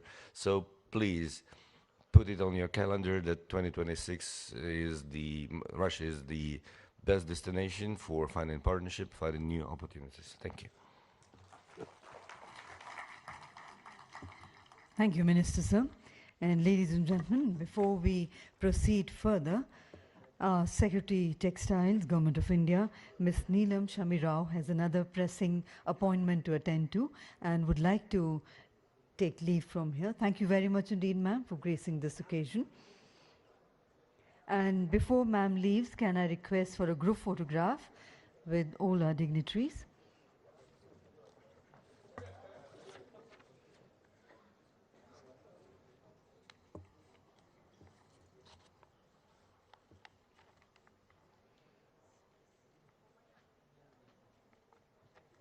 Thank you. I request everyone to kindly take their seats while ma'am departs.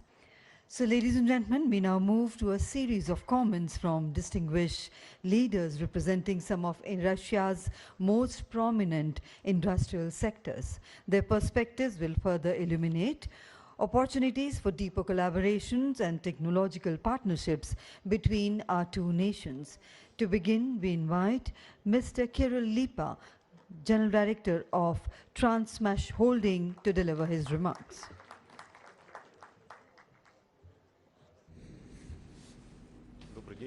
Good afternoon, Your Excellency, Mr. Oreshkin, Mr. Ministers. Is coming to the end, So first of all, hallelujah to everybody who is still with us, strong enough. Thank you very much. India is a great country, and more than that, India is a great civilization because it found a very unique source of export. Not common goods, not just service. You export leadership, which is quite unusual in today's world. What we see good leaders in the different business sectors all across the world, and we can witness some of them today on this scene. Our company, which is TMH, is among top 5 global rolling stock producers. So we do transportation mostly in Russia, but in some other countries as well. So with India, we have long experience of cooperation. We import certain goods and components from India. All our products where we use steel, we do with the usage of steel imported from India also. Where we see the opportunities. So first of all, we see the possibility to increase the trade via unification of the component base. So if we do combine the supply chain we use for Russia and for India, because in India we carry out one of the largest projects in the railway sector, specifically Vande Bharat train. So if we combine our supply chain and purchase the components and goods for both Russia and India, for the next decades, we can significantly increase the industrial platform, which we can use both for India and for Russia needs. The second area of cooperation might be resource and development, as it was mentioned already. So we understand that altogether we can invent some new products which are not yet exist in Russia, neither in India. So developing these products, we can use it for our needs, but as well we can export it to the third countries. And the third opportunity is to export from India.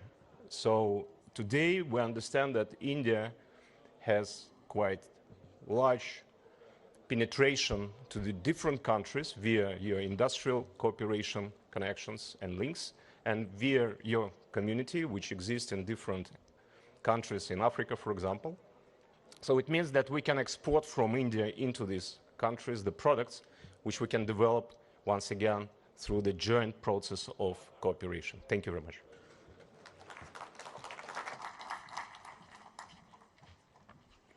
Thank you very much indeed, sir. And we now request Mr. Vikram Punia, President of the Pharma-Syntech Group, to kindly offer his insights.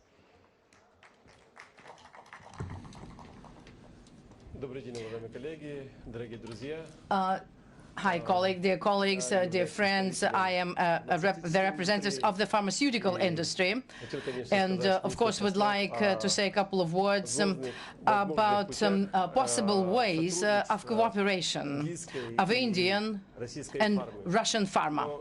But with the account that my colleagues have already said many words about that in the healthcare session, I think I would elaborate only on 2 bullet points. And I agree with my colleagues that whatever they were said, it was absolutely right in the framework of the healthcare session. Well, I would to add only 2 bullet points. Number 1 is, you know, recently the Indian pharma has not only producing simple generics, but the level of R&D in India is growing fast. And with the account of this growth, the Indian pharmaceutical companies started to produce very complicated, of the recent generations, pharmaceuticals.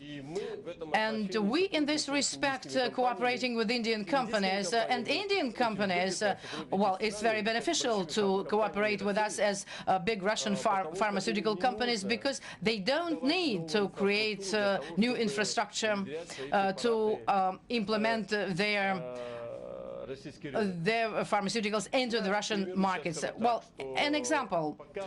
So far, while we're in this forum with you, one of the leading Indian farm companies is with its team located in one of our Urals factories to transfer the technology of production of the most complicated pharmaceuticals, and that's certainly a very good example of our cooperation.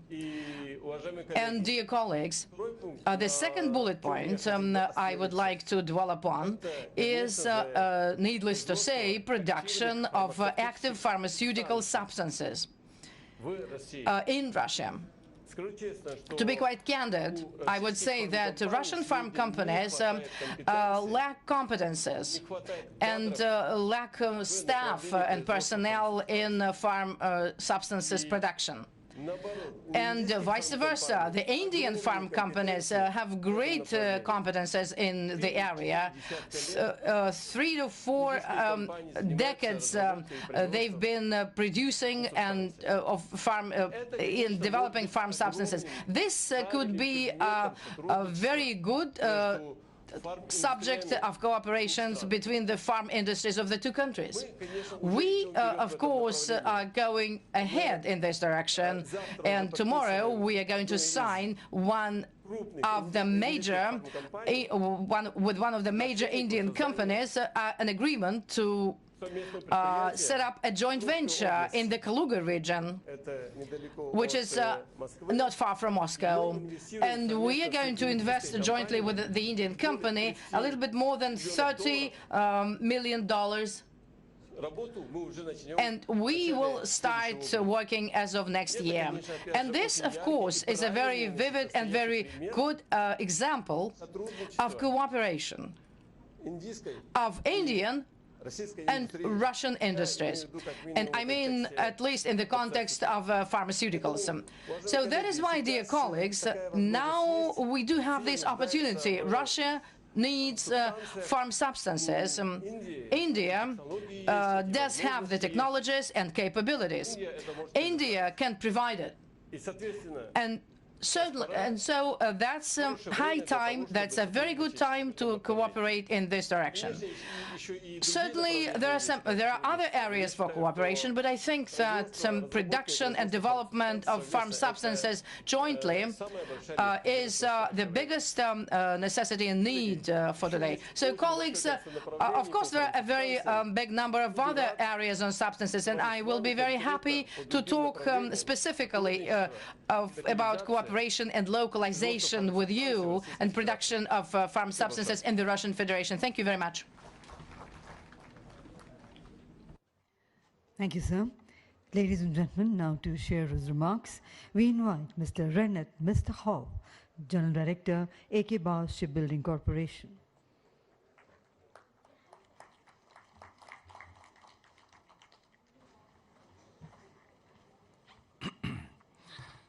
Good afternoon, dear participants of the session of our today's forum. I would like to say a couple of words about us. Akbars is one of the biggest multi-core inter-industrial holdings of Russia, and currently, of course, the main area of the business is shipbuilding.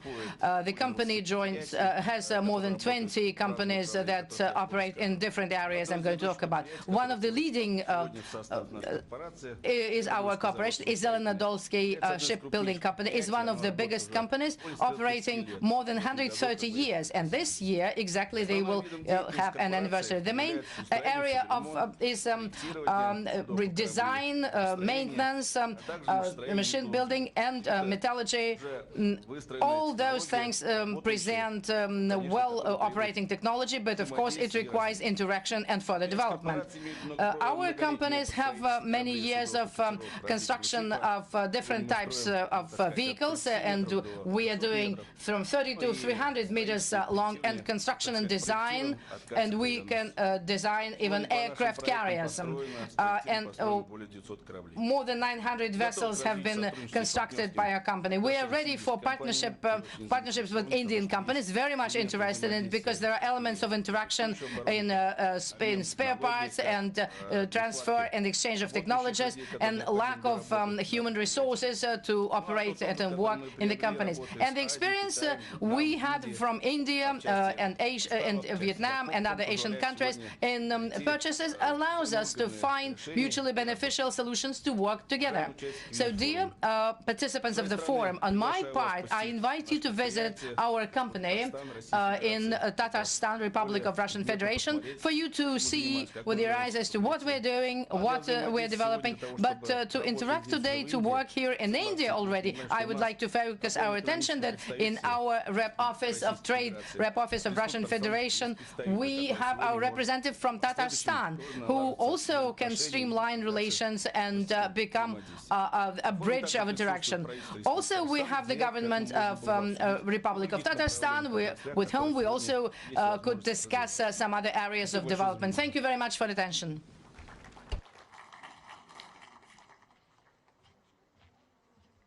Thank you, sir. And now, ladies and gentlemen, we welcome Mr. Vadim Badeka, General Director of the United Aircraft Corporation, to share his view.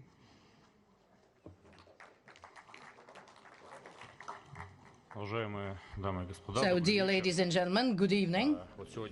Well, today the video that was shown at the beginning of our event, I think besides tea, well, it lacked aircrafts, because cooperation between India and Russia in aviation and aircraft construction has more than 600 years. And it's an example of a genuine, profound technological partnership. And we, together with the Indian industry, managed to organize production of modern combat jets, Sukhoi and MiG. Today, our cooperation is coming to a new level, because we jointly with the Corporation of HAO are working at the project of organization and production in India of civil passenger Sukhoi Superjet. This project will create for the Indian and Russian industries new opportunities. And I'm sure you're aware that one job in aviation creates more than nine jobs in neighboring industries. Huge advantage of our jets and aircraft is that they are fully produced in Russia, and the depth of our partnership depends only on Russia and India. More than 10,000 companies in Russia are involved in production of civil aircrafts, including small and private companies. And I would like to say here that today, working at the organization of production of Sukhoi Superjet in India, together with HAO Corporation, our objective is not only to master production of components and systems of our jets in India and territory, and I'm sure the Indian industry will cope with it, and radio electronics and processing industry and metallurgy.